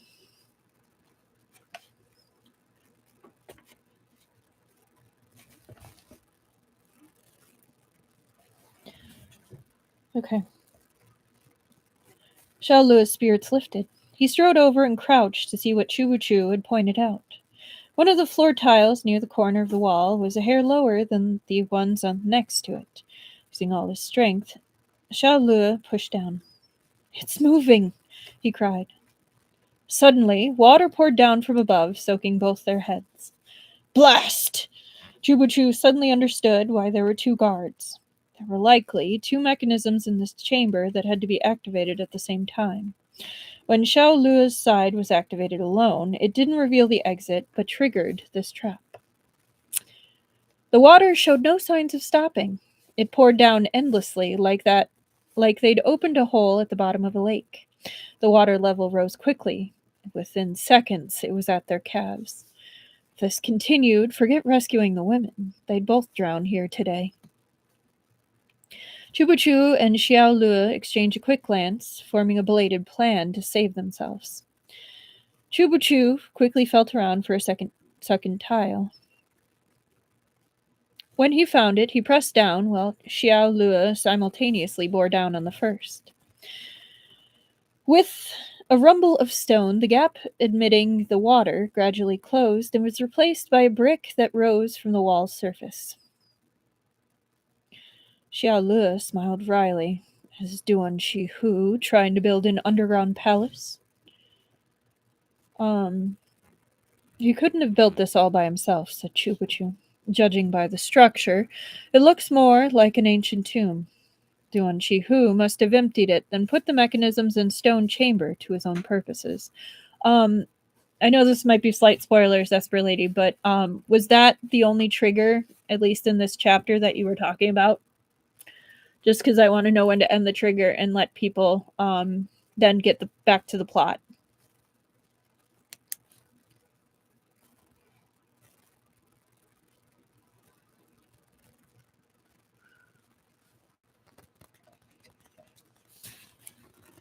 I'm going to say yes, at least for this one. Okay. Xiao Lu pressed the protruding brick.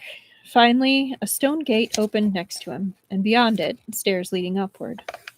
The true exit. Both men breathed a sigh of relief. Cui Buqu walked in front, while Xiao Lu carried Mei Niang on his back and followed behind. As for the other women, they couldn't do anything for them at the moment. Cui Buqu and Xiao Lu would have to help them after they escaped themselves. That's okay, Esper Lady. The stone staircase wasn't long. After half an hour of climbing, they reached the top. As light dazzled their eyes, they heard Duan Shihu's scream. Good. Ah! Cui Buqu burst from the secret passage. Gone through too much trouble chasing Yan Shuxing, all to save Duan Shihu. If Yan Shuxing wanted to kill him, it would have to be after Cui Buqu got some answers about the 13 floors of Yunhai. Feng Xiao might grab Yu Hang, but he alone wasn't enough. They needed both men's testimonies to dig up the truth. Yet he just glimpsed the black of the sky when he saw Yan Shuxing drive his sword into Duan Chihu's gut. Yes! Okay. I might go back and get the timing a little better with when it ended, just so they can it can cut to when we had the trapdoor aspect. But yeah, all good. Yes. 140, 15.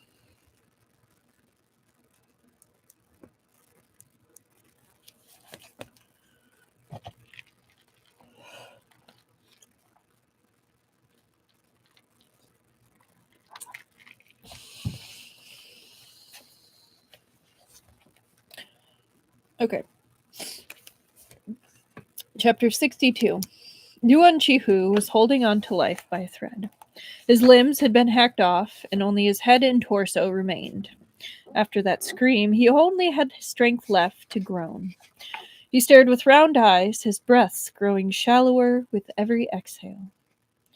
Yan Shuxing stood before him. Rather than stop Duan Chihu's bleeding, he'd subjected him to grievous torture and followed it with a stab to the gut. The moment Duan Chihu had abandoned his family to secure his own safety, Yan Shuxing knew threatening them was pointless. This man was selfish to the core. In the face of death, he cared only for himself. If Yan Shuxing wished him to suffer, physical torture was the only option. Considering Duan Chihu's long list of crimes, Cui Buqu wouldn't have felt a scrap of sympathy if Yan Shuxing had dug out his eyes and cut off his nose in the process. But it was clear Duan Chihu was in no condition to reveal any more secrets about the 13 floors of Yunhai. Yan Shuxing sneered when he saw them. Did you want to kill him too? Apologies, I got to him first. He bent and tapped several of Duan Chihu's acupoints, staunching the bleeding, then channeled internal energy into his victim. It wasn't that his heart had suddenly softened. Rather, Yan Shuxing ensured Duan Chihu would live a little longer so that he could torture him a little more. He grabbed Duan Chihu by the back of his collar, ready to drag him off. But Cui Buqu had suffered quite the ordeal to get here and refused to leave empty-handed. He cried out, Distinguished master, please wait! Yan Shuxing continued to walk as if he hadn't heard. Xiao Lu pushed off the ground with a tap of his toes, his sword glare sweeping toward Yan Shuxing, incomparably fierce. Yan Shuxing hadn't thought much of this newcomer, yet now he realized the sword glare had sealed all possible exits. He had no choice but to toss Duan Chihu aside and meet the attack with all his strength. Wrapped in a flurry of sword glares, the two exchanged several blows before breaking apart. Yan Shuxing finally showed a hint of surprise. Who are you? Xiao Lu dropped down from a tree, sleeves billowing as he fell. His long hair came loose from its top knot and fluttered around his shoulders. Though his hair was jet black, the ends were stark and snowy white. He wielded his sword in his left hand, but it wasn't because this was his natural inclination. Rather, Cui Buqu recalled those popular evaluations of Xiao Lu as he swept his gaze over his right sleeve. Xiao Lu's wide sleeves engulfed his hands, but when the spring breeze braided them, or brushed them, it revealed a secret. His right hand was withered and skeletal as a winter branch. It almost couldn't even be called a hand at all. Branches should have grown on trees, but this one had grown on a person. Xiao Lu had a handsome face, his demeanor no less elegant than Feng Xiao's. Yet a single disability rendered his flawless beauty irrevocably tarnished. His complexion was fair. Beneath the sun, it shone with a faint luster. Even the hand with which he held his sword was slender and beautiful. But the more perfect his other qualities, the more hideous and frightening that withered hand appeared in contrast. Okay, we got our people. A slight gore warning. Like, I don't think it's too bad, but They're both really handsome, but personally, Xiao Lu is he's really pretty. They're all really pretty.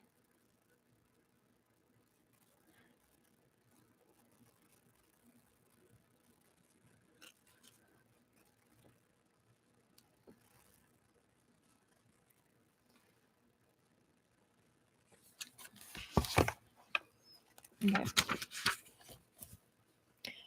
The Southern dynasty did employ exams when selecting officials, but what mattered most was family background, followed by character and appearance. I do love me a white robed Don, my man. Scholarly talents were last to be considered. Xiao Lu was a descendant of the royal ruling clan of a previous dynasty, and he had an ugly physical disability. The current emperor of southern Chen had no love for promoting unconventional talents. No matter how brilliant he might be, advancement was difficult. Thus, though people praised him greatly, they always added that final remark.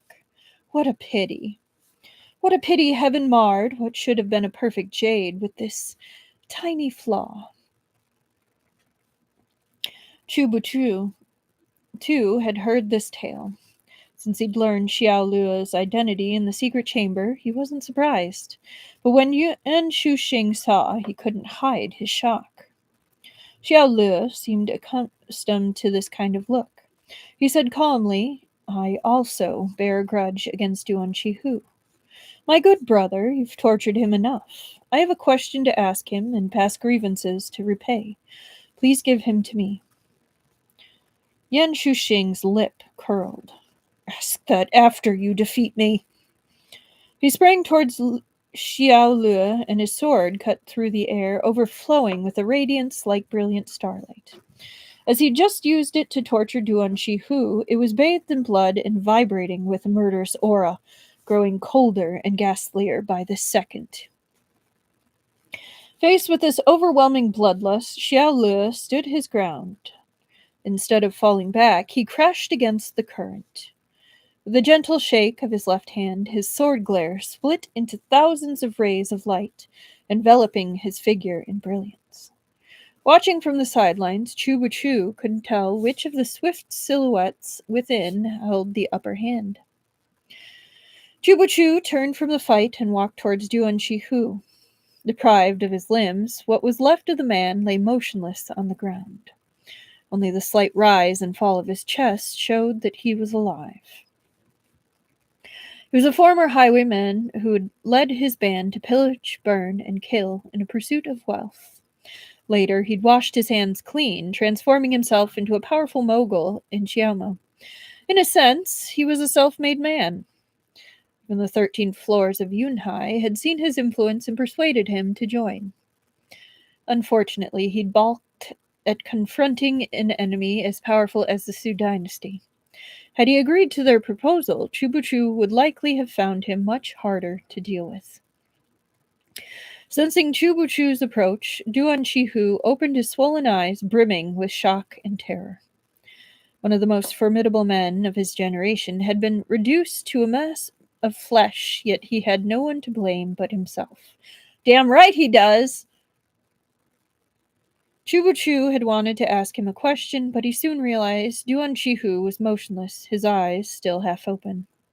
Perhaps he had thought Cui Buqu was Yan Shuxing returning. His footsteps had scared him to death. In the end, Cui Buqu had no more answers than he had at the start. Everything had been in vain. A rare gloom stole over him when he thought of his miscalculations. Resigned, he searched Duan Shihu's body and found a wrinkled letter. Duan Shihu was covered in his own gore, and the letter was likewise streaked with bloodstains. Luckily, Cui Buqu lacked Feng Xiao's obsession with cleanliness. He casually stuffed the paper into his lapels. Across the courtyard, Xiao Lu and Yan Shuxing sprang apart. Yan Shuxing glanced coolly over. Upon seeing Duan Shihu dead, he turned and left without another word. Xiao Lu came over and stared down at Duan Shihu's corpse. He sighed. Poor Mei Niang and the other innocent women. They've suffered unspeakably. A monster like him could die 100 times and it wouldn't pay for what they've been through. Xiao Xiang. The girl you saved was from Mount Huang's sect, south of the Yangtze River. How did she end up captive in a border town thousands of miles away? Xiao Lu's smile was rueful. A great many dangers lurk in the Jianghu. It has always been so. Mei Niang grew up sheltered within her sect. She never experienced the darkness outside. Plenty of villains exist who abduct people into slavery, and Mei Niang is beautiful and was traveling home alone. She thought her martial arts would protect her and became a natural target. When I first started searching, I traced her from Jiangnan, where she was abducted, all the way north. She even went through Daxing before she was taken west through the border pass. How much hardship did she endure? And her family. He sighed and said no more. But Cui Buqu understood. Any notable family would worry about the damage Mei Niang's experience would do to their own reputation. And it wasn't only Mei Niang. Though all the women in the Stone Chamber's lives were saved, the fates that awaited them were murky. I need to escort Mei Niang home, said Xiao Lu. Would Zhu Xiandai be willing to share his given name? If fate wills it, perhaps we'll meet again in the Jianghu. My name is Buchu. Have you a courtesy name or a sobriquet? I do not, said Cui Buqu. And the Xiandai is a respectful address for a younger man. To address someone directly by their given name was rather impolite. For instance, Xiao Lu's sobriquet was Song Shui, and thus many would respectfully address him as Song Shui Xiansheng. Others, on more intimate terms, might instead address him according to his place in the family. Then what about your family? Have you any siblings? My parents died when I was young. I have no teacher, no father, and no brothers or sisters. I have no family, so I have no other name besides Buchu. Xiao Lu cupped his hands in apology. It seems I've asked a rude question. His withered right hand peeked out of his sleeve. Not at all. I surprised you. Xiao Lu, when he saw the direction of Cui Buqu's gaze, casually lowered his right hand. I've been ill my entire life, Cui Buqu said calmly. Some of the physicians who saw me said I wouldn't live to see 9, while others said that I'd scarcely make it to 6. Consultation after consultation concluded I would pass prematurely, but I have persisted until now. They say man plans and the heaven laughs, but we are the ones who determine our paths. People always forget that. It seems both Xiao Xiang and I are people who reject our fates. Xiao Lu laughed heartily. Well said, Buchu. There came a mocking click of the tongue, and a figure appeared just steps away from them. There I was, out front, exerting myself half to death, yet Taoist Master Chu is over here, happily making friends. As expected, the moment you meet someone new, you throw aside your old companions. Xiao Lu was taken aback. Another martial artist of unfathomable skill had arrived. Of course, he walked in at that moment.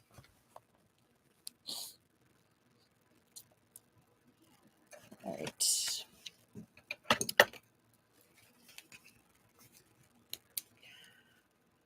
Oh, 54.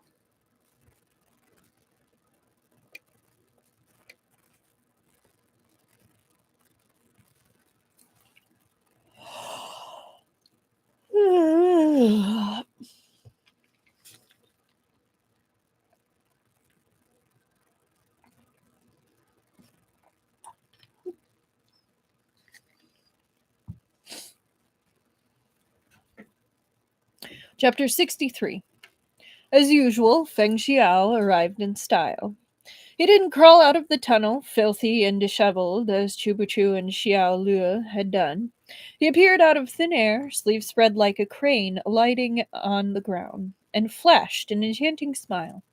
He looked for all the world like an immortal, as pure and untouchable as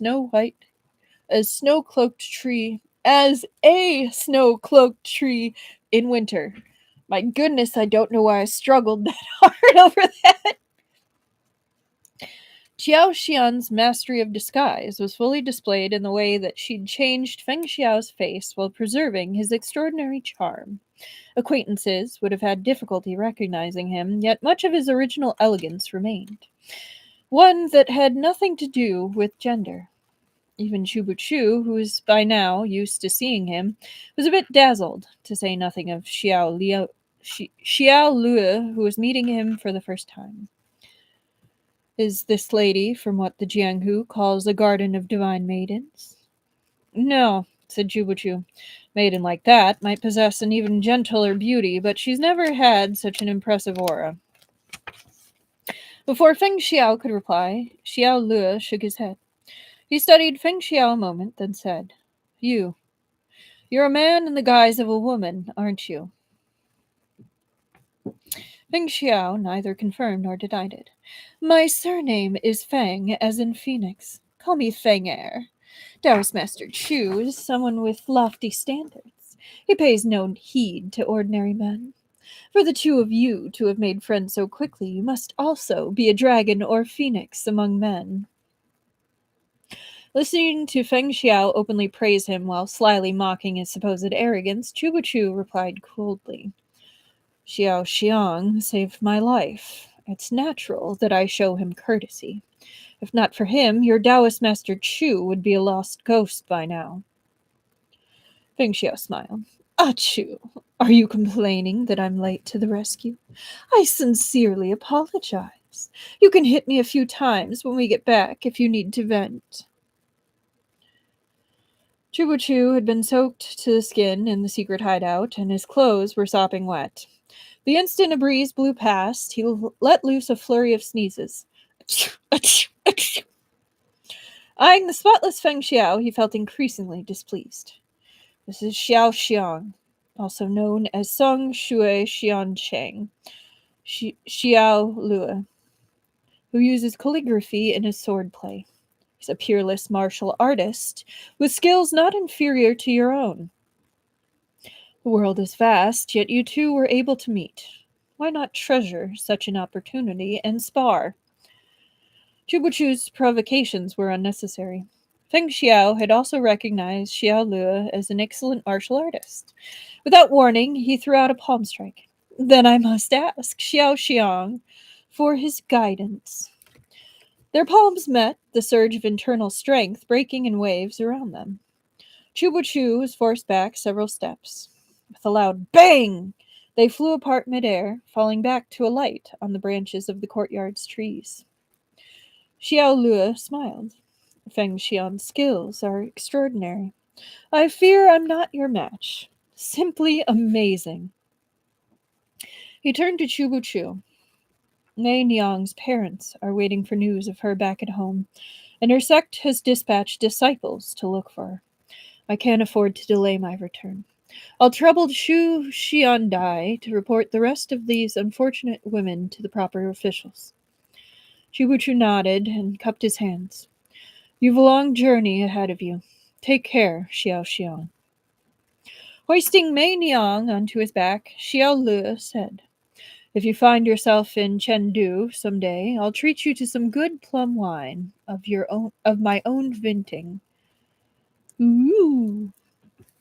Cui Buqu stood beside Feng Xiao and watched Xiao Lu disappear into the distance. Only then did he realize someone else had yet to emerge. Where's Bing Xian? Feng Xiao sighed. I've just chased one off, and now there's another. Taoist Master Chu.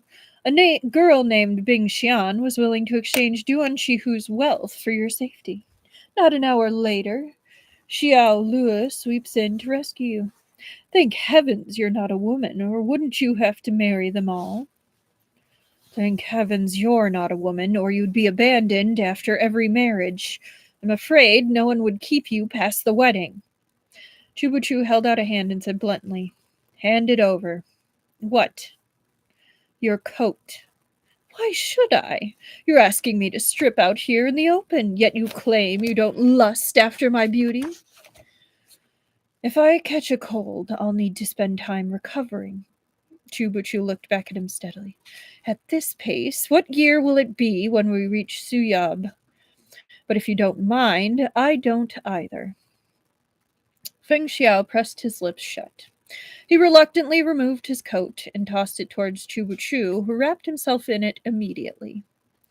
With the coat shielding him from the cold wind, Cui Buqu felt much better. He coughed a few times. How did it go with Yun Heng and the rest? Feng Xiao prodded Duan Shihu's corpse with a toe. They're dealt with. Qiao Xian and Gao Yi are mopping up the mess. Did you get anything out of him? By the time I came out, Yan Shuxing had already carved into him and turned him into a human stick. Recounting it, Cui Buqu grew angry again. I couldn't get anything out of him. Now we can only rely on Yu Heng.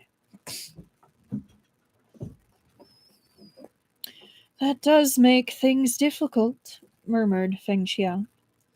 Cui Buqu frowned. Don't tell me Yu Heng died too. Yu Heng's dead too. He's not, but the 13 floors of Yunhai are secretive. They must have measures in place to prevent any director from exposing too much about the others. We didn't get any more from Duan Shihu. And if it's as I suspect, Yu Heng will only know one more person. The director in front of him. Xian Sheng, 10th of the 13th floors. Actually, it's not a complete loss. Cui Buqu pulled out the letter. I found this on Duan Shihu. The moment Feng Xiao saw the blood, he refused to take a step closer. Tell me what's written inside. I climbed Mount Jishi in the east to behold the boundless turquoise sea. So it's from the poem Behold the Turquoise Sea by warlord and statesman Cao Cao, who rose to power during the Eastern Han Dynasty. The moment Cao Cao's poem, said Feng Xiao. To your side I will return if safe. If dead, my love will never fade. Feng Xiao's brows knit in puzzlement. The two lines don't connect at all. Is this a riddle? Cui Buqu ignored him. The third line. Before we could enjoy the wonders of spring, we glimpsed the approach of summer. The fourth line. The river of stars run clear and shallow. What kind of nonsense is this? Thought Feng Xiao.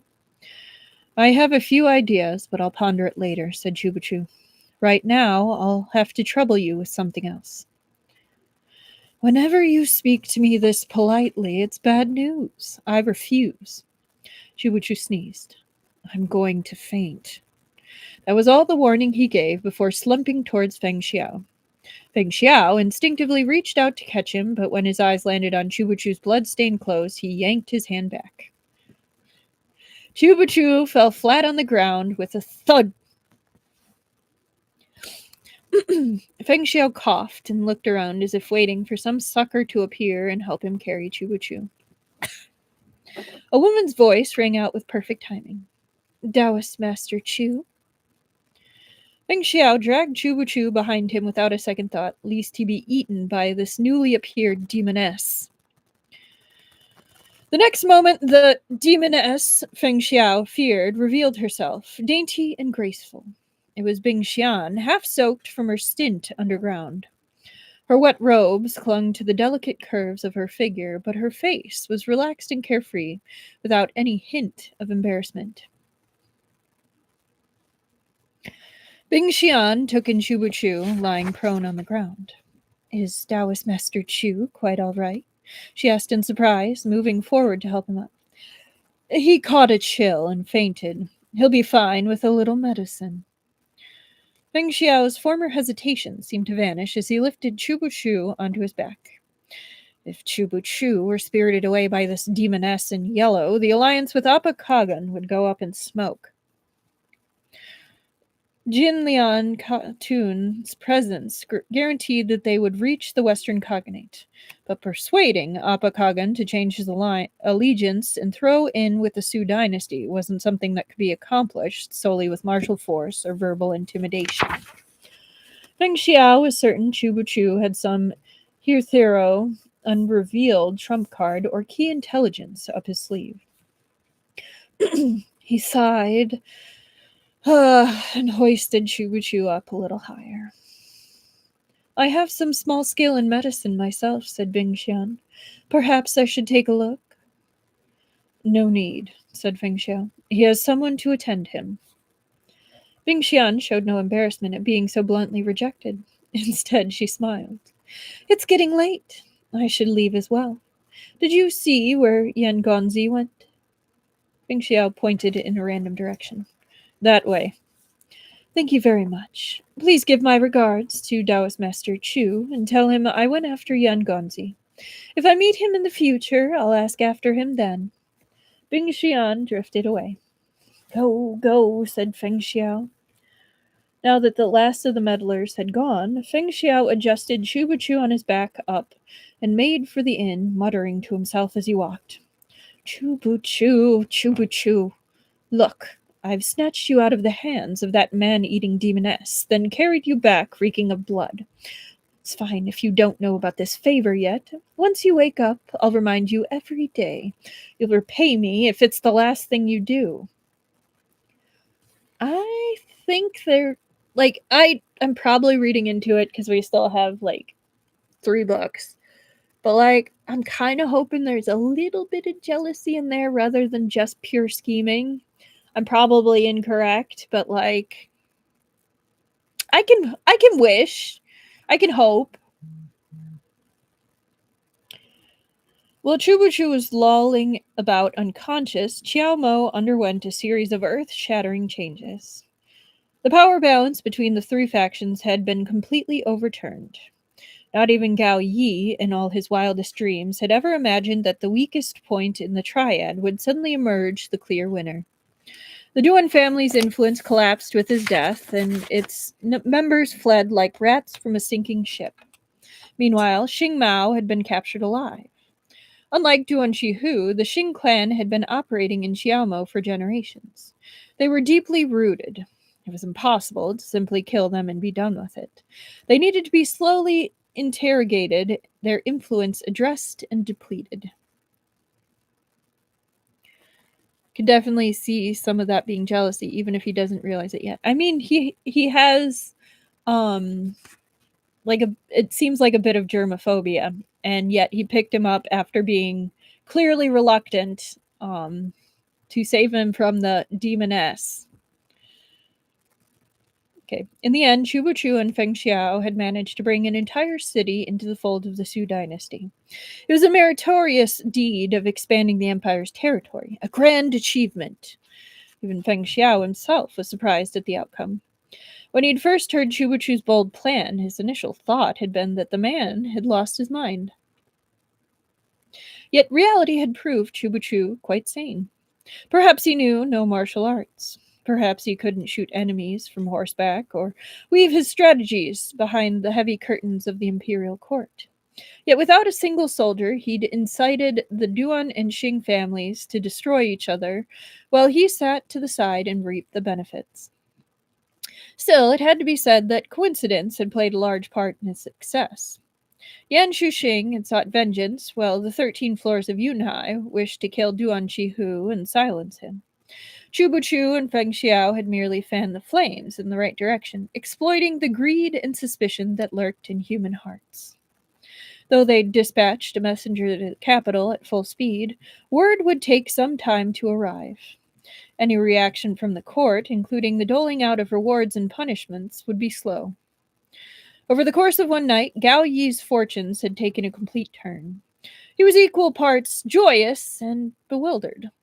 He sought Feng Xiao's advice before giving any order, paying him multiple visits a day until Feng Xiao grew irritated at the sight of him. When Cui Buqu finally woke, he found Feng Xiao sitting leisurely by the window, waving a fan and studying a document in his hand. It had been impossible to conceal their identities after the uproar they'd caused. By now, half the city knew who they were. So many people had darkened their door that if Foer had been anywhere near Qiaomou, he would have caught wind of the news going long ago. Feng Xiao thus couldn't be bothered to maintain his disguise and had returned to his original appearance. With his natural good looks, he'd have been a sight for sore eyes even if he'd been squatting down, stuffing his face, never mind languidly fanning himself. One could almost ignore that there was still a portable stove smoking away in the corner and winter plums abloom outside the window. Regardless of time or place, this man would never miss an opportunity to flaunt himself. He really was just like an oleander. Even hidden in deep green foliage, he spared no effort to produce the most spectacular blossoms. My good Taoist Master Chu, you're finally awake. Feng Xiao raised 2 fingers. There's good news and bad news. Which would you like to hear first?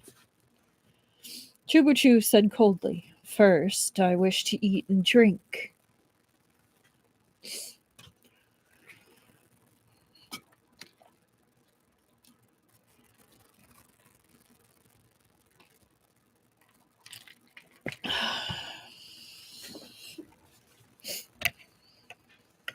One moment.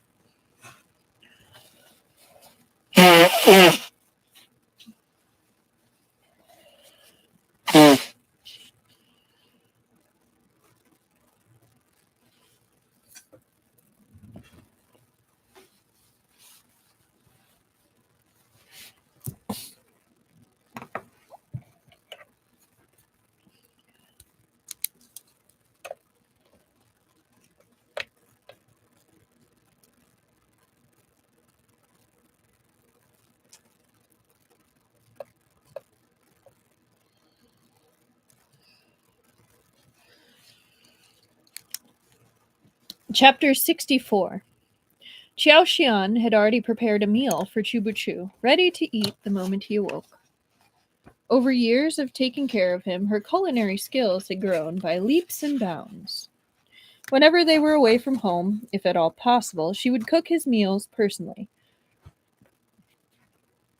The sweet aftertaste of bamboo and partridge soup lingered on Cui Buqu's tongue. He could tell at once it was her handiwork. I kind of wonder what bamboo tastes like.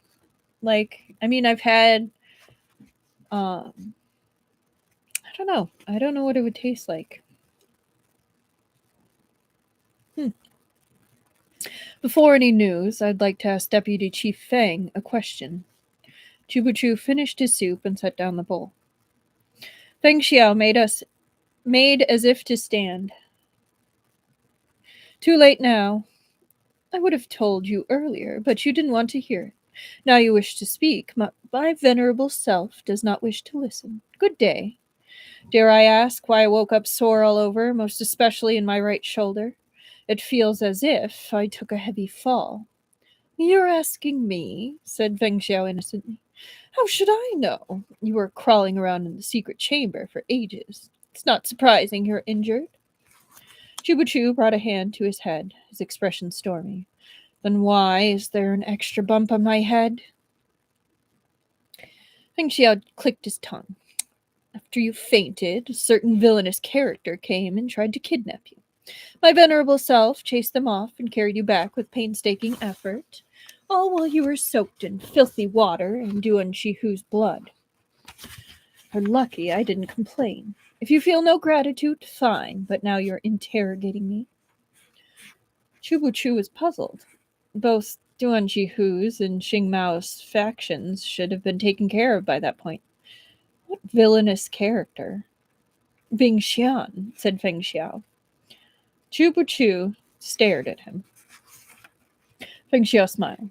What's with that look? Is Taoist Master Chu taken with her? Yes, I am. Cui Buqu's voice was cold. So can Deputy Chief Fang bring her back for me? That might be difficult, said Feng Xiao, fanning himself. Yan Shuxing is a powerful martial artist, and he's handsome too. I'm sorry to say you may not be a match for him. I suggest you give up on the girl. I'll introduce you to that plump maid of Gao Yi's. Enough. What have you learned from Yu Hang? Cui Buqu rubbed at the lump on his head. He estimated it'd take at least 2 days for the swelling to subside. Whether or not Feng Xiao was the culprit, he'd likely still deserve the blame. Giving him... He's not wrong, but he is giving him absolutely no face whatsoever. Feng Xiao held up one finger. Let's start with the bad news. Yu Hang committed unaliving. He went. Cui Buqu blinked. He'd freshly woken, and this news was like a bolt from the blue. The corner of his eye twitched, but he squashed down his fury. Deputy Chief Feng, is this your first day on the job? We finally caught a key member of the 13 floors of Yunhai. We could have pried all kinds of information from his mouth. Did it not occur to you to keep an eye on him? Feng Xiao shrugged. I understand his importance. But remember, this is Jiamo. It's not the Jiajian Bureau, nor is it your Shuiyui Bureau.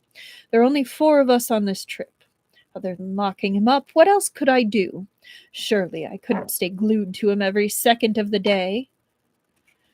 Cui Buqu knew Feng Xiao spoke the truth. The Shuiyui Bureau had the authority to detain people, though not to the same extent as the Ministry of Justice, which could lock prisoners away for as long as they pleased. Still, any case took time. A handful of days was enough to achieve many things, such as ensuring someone died under mysterious circumstances. There were countless ways to pull it off without leaving a trace. He was silent a moment. If he were going to kill himself, he would have done it at the moment he was captured. There's no way that it was his choice. You're right, said Feng Xiao. But once he entered the prison, there were plenty of opportunities for someone to meddle. We might have been able to prevent one attempt, but not all of them. The people here in Xiaomo are a mixed bag. Plus, their security has always been lax. Gao Yi ordered Yu Hang strictly supervised, but someone arriving, claiming to be his friend, and asked permission to visit. He offered the guard a hefty bribe to be allowed inside. After he left, Yu Hang was found dead.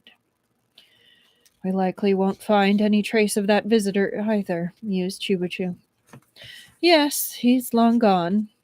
Gao Yi was afraid I'd lay into him, so he had someone draw a portrait based on the guard's description of him and posted it all over the city. He's offering a reward for his arrest, but I doubt we'll see any result. Cui Buqu held his throbbing forehead. I just woke up. Can't you say anything positive? Feng Xiao chuckled. Didn't I say there was good news? Oh, said Cui Buqu, then fell quiet. Aren't you going to ask what it is? If I ask, Deputy Chief Feng will never tell me so easily. Perhaps he'll even demand something in exchange. Things in Xiaomo had settled for now, and despite the organization's ambitions, the 13 floors of Yunhai behind Yu Hang had little to do with the situation at hand. If Cui Buqu wished to pursue this lead, it had to be considered a separate case. He had a good grasp on Feng Xiao's character.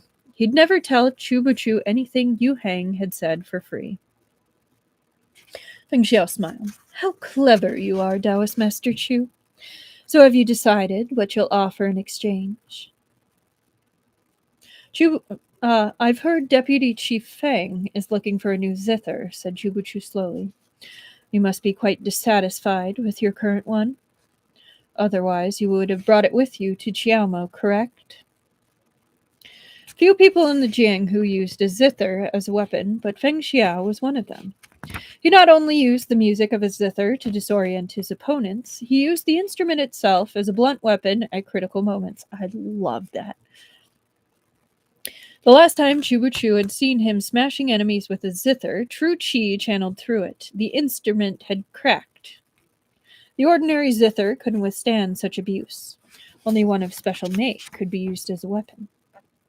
Even without a zither, said Feng Xiao arrogantly, I can trouse any opponent.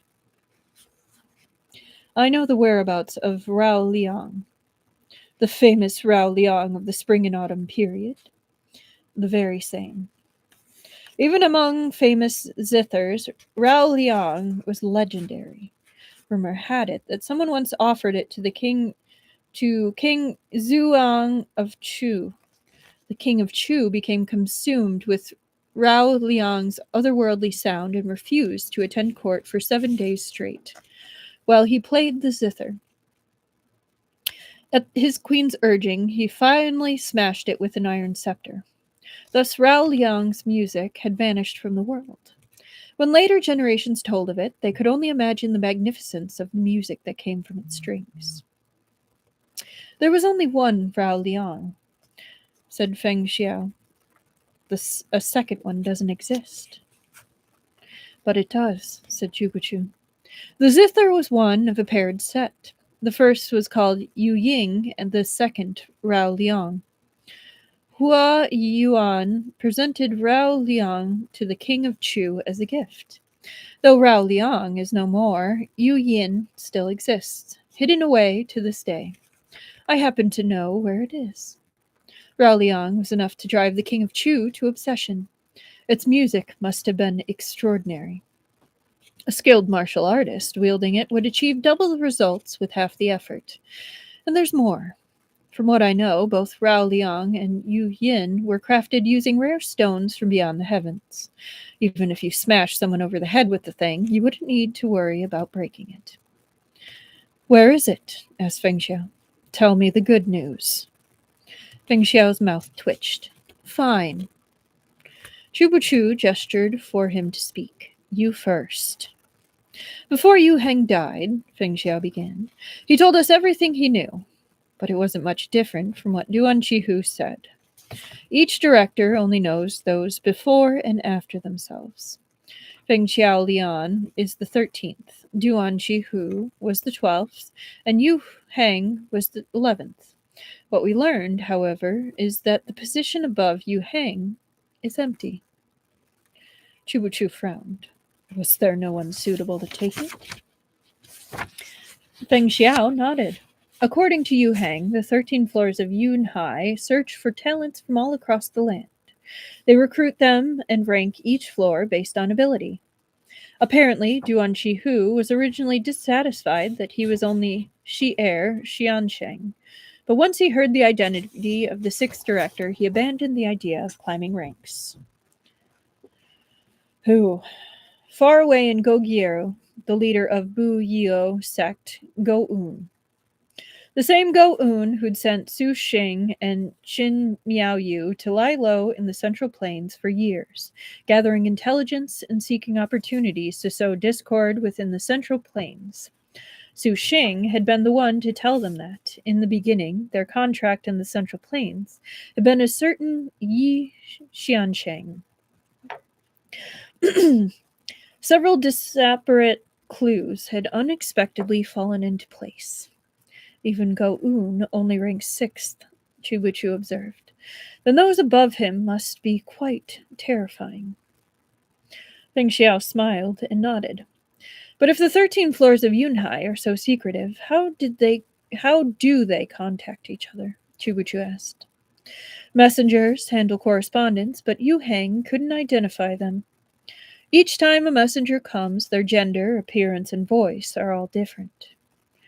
That doesn't make sense, Cui Buqu frowned in thought. The 13 floors of Yunhai recruit dragons and phoenixes to their cause. Yu Heng was a powerful martial artist, but he was neither influential nor especially cunning. Why was his rank above Duan Qihu's? He claimed to be no more than a small-time thug from Jiankang. A stranger took a liking to him, taught him martial arts and some basic social niceties, and had him ordained as a monk in Ronghua Temple in southern Chen. He rose little by little to become the abbot, then joined the 13 floors of Yunhai. It seemed that was the stranger's goal from the start. Something flickered in Cui Buqu's eyes. Yu Xiu? Feng Xiao shook his head. I couldn't get an answer. If it really was him, he was careful. Yu Hang wouldn't have known. Yu Xiu's background was mysterious, but he'd earned the trust of the Prince of Jin. If he really were Shi Xiansheng of the 13 floors of Yunhai, one could imagine the storm that was brewing. Cui Buqu remained silent and furrowed his brow. By contrast, Feng Xiao appeared relaxed and peaceful. He sat with his legs crossed, one foot swaying. Ah, Chu, there's a question I've wanted to ask for a while. Cui Buqu didn't look up. He was still thinking. Speak. Your health is poor, and you spend every day working yourself to the bone. When you wake up in the morning and comb your hair, do you find your hairline constantly receding? Shaken from his thoughts, Cui Buqu looked up, irritated. I find nothing, he snapped. I'm not Deputy Chief Feng in love with his own reflection. If you lose a single hair, I'm sure you'd spend the entire day wailing and clutching her head, then find some flowering tree to bury the poor thing under. Feng Xiao burst into laughter. Even when you're harsh, you do it so adorably. Cui Buqu stared at him coldly. Wiping his eyes, Feng Xiao said, Now will you tell me where Yu Yin is? Anping. Chu family. Anping, previously known as Boling. A group capable of keeping an ancient zither of such caliber in their collection? There could be no other. The arch of a brow. The Chu clan of Boling? Correct, Cui Buqu said. Feng Xiao was sharp. One wave of his fan, and he connected the dots. You're a Chu. Are you a member of the Chu clan of Boling? I have neither mother nor father, courtesy name nor title, much less the heirs of someone from a powerful family. Cui Buqu's tone was indifferent. Do I look like a member of such a family to you? Feng Xiao nodded. That's true. But before Cui Buqu could say anything further, he added, In my opinion, a family of such mediocre talent as the Chu clan of Boling could never raise a man as capable as you. And that is where we will end it tonight. I think that was actually kind of a good place to end it, just because it cut off after we kind of wrapped a lot of stuff up. We're kind of starting to potentially move on to the next string. We might have a couple more loose ends to fill before now, before we move on and continue the actual road trip quest that we're on, rather than this knotted tangle that Xiaomo has turned into when it was supposed to just be like a layover. But we will continue next week. I have already posted up the oh my goodness. I've preloaded the videos for book 3. So those are ready to go, so you'll be able to see the dates. Next week, we will be doing another Tuesday, Wednesday, I believe. Because my mom's birthday is April 2nd. So I think that's how I have it set. And then we'll be back to normal the week after. But yeah, I hope you all mostly enjoyed. We had that very upsetting scene earlier. But yeah, we really are flying through it. Next one, I think I broke it into 6 parts. So as long as we don't have tech issues, knock on wood, we should finish that within like 3 weeks. So we are flying. But yeah, I hope you all have a fantastic weekend. I know that I will. But yeah, I will definitely have an awesome con weekend. I am going to go back and I will readjust the timing for the trigger warning so it doesn't cut off as much of the storytelling, but I will make sure we are safe. Thank you again for the heads up, Esper Lady. I very much appreciate that. It allows me to give a little more heads up to the people that need it, or just don't want to hear it. There will be a summary for that in the description on this page, as well as the timestamp. For anyone new to this, I will do that for any video that does require a trigger, or that I feel does require a trigger, or that people say, hey, maybe we should put in a trigger, because I want everyone to be safe and as comfortable with some of these more mature topics as we can be. But yeah, have a great weekend, as I said, and thank you. I will tell her happy birthday, Esper Lady. It's not quite yet. It's next week, but stay safe. Hopefully stay healthy, and I will see you next week with lots of stories and probably a merch haul. Anyone who watches later, I hope you had a nice time and enjoyed. Good night.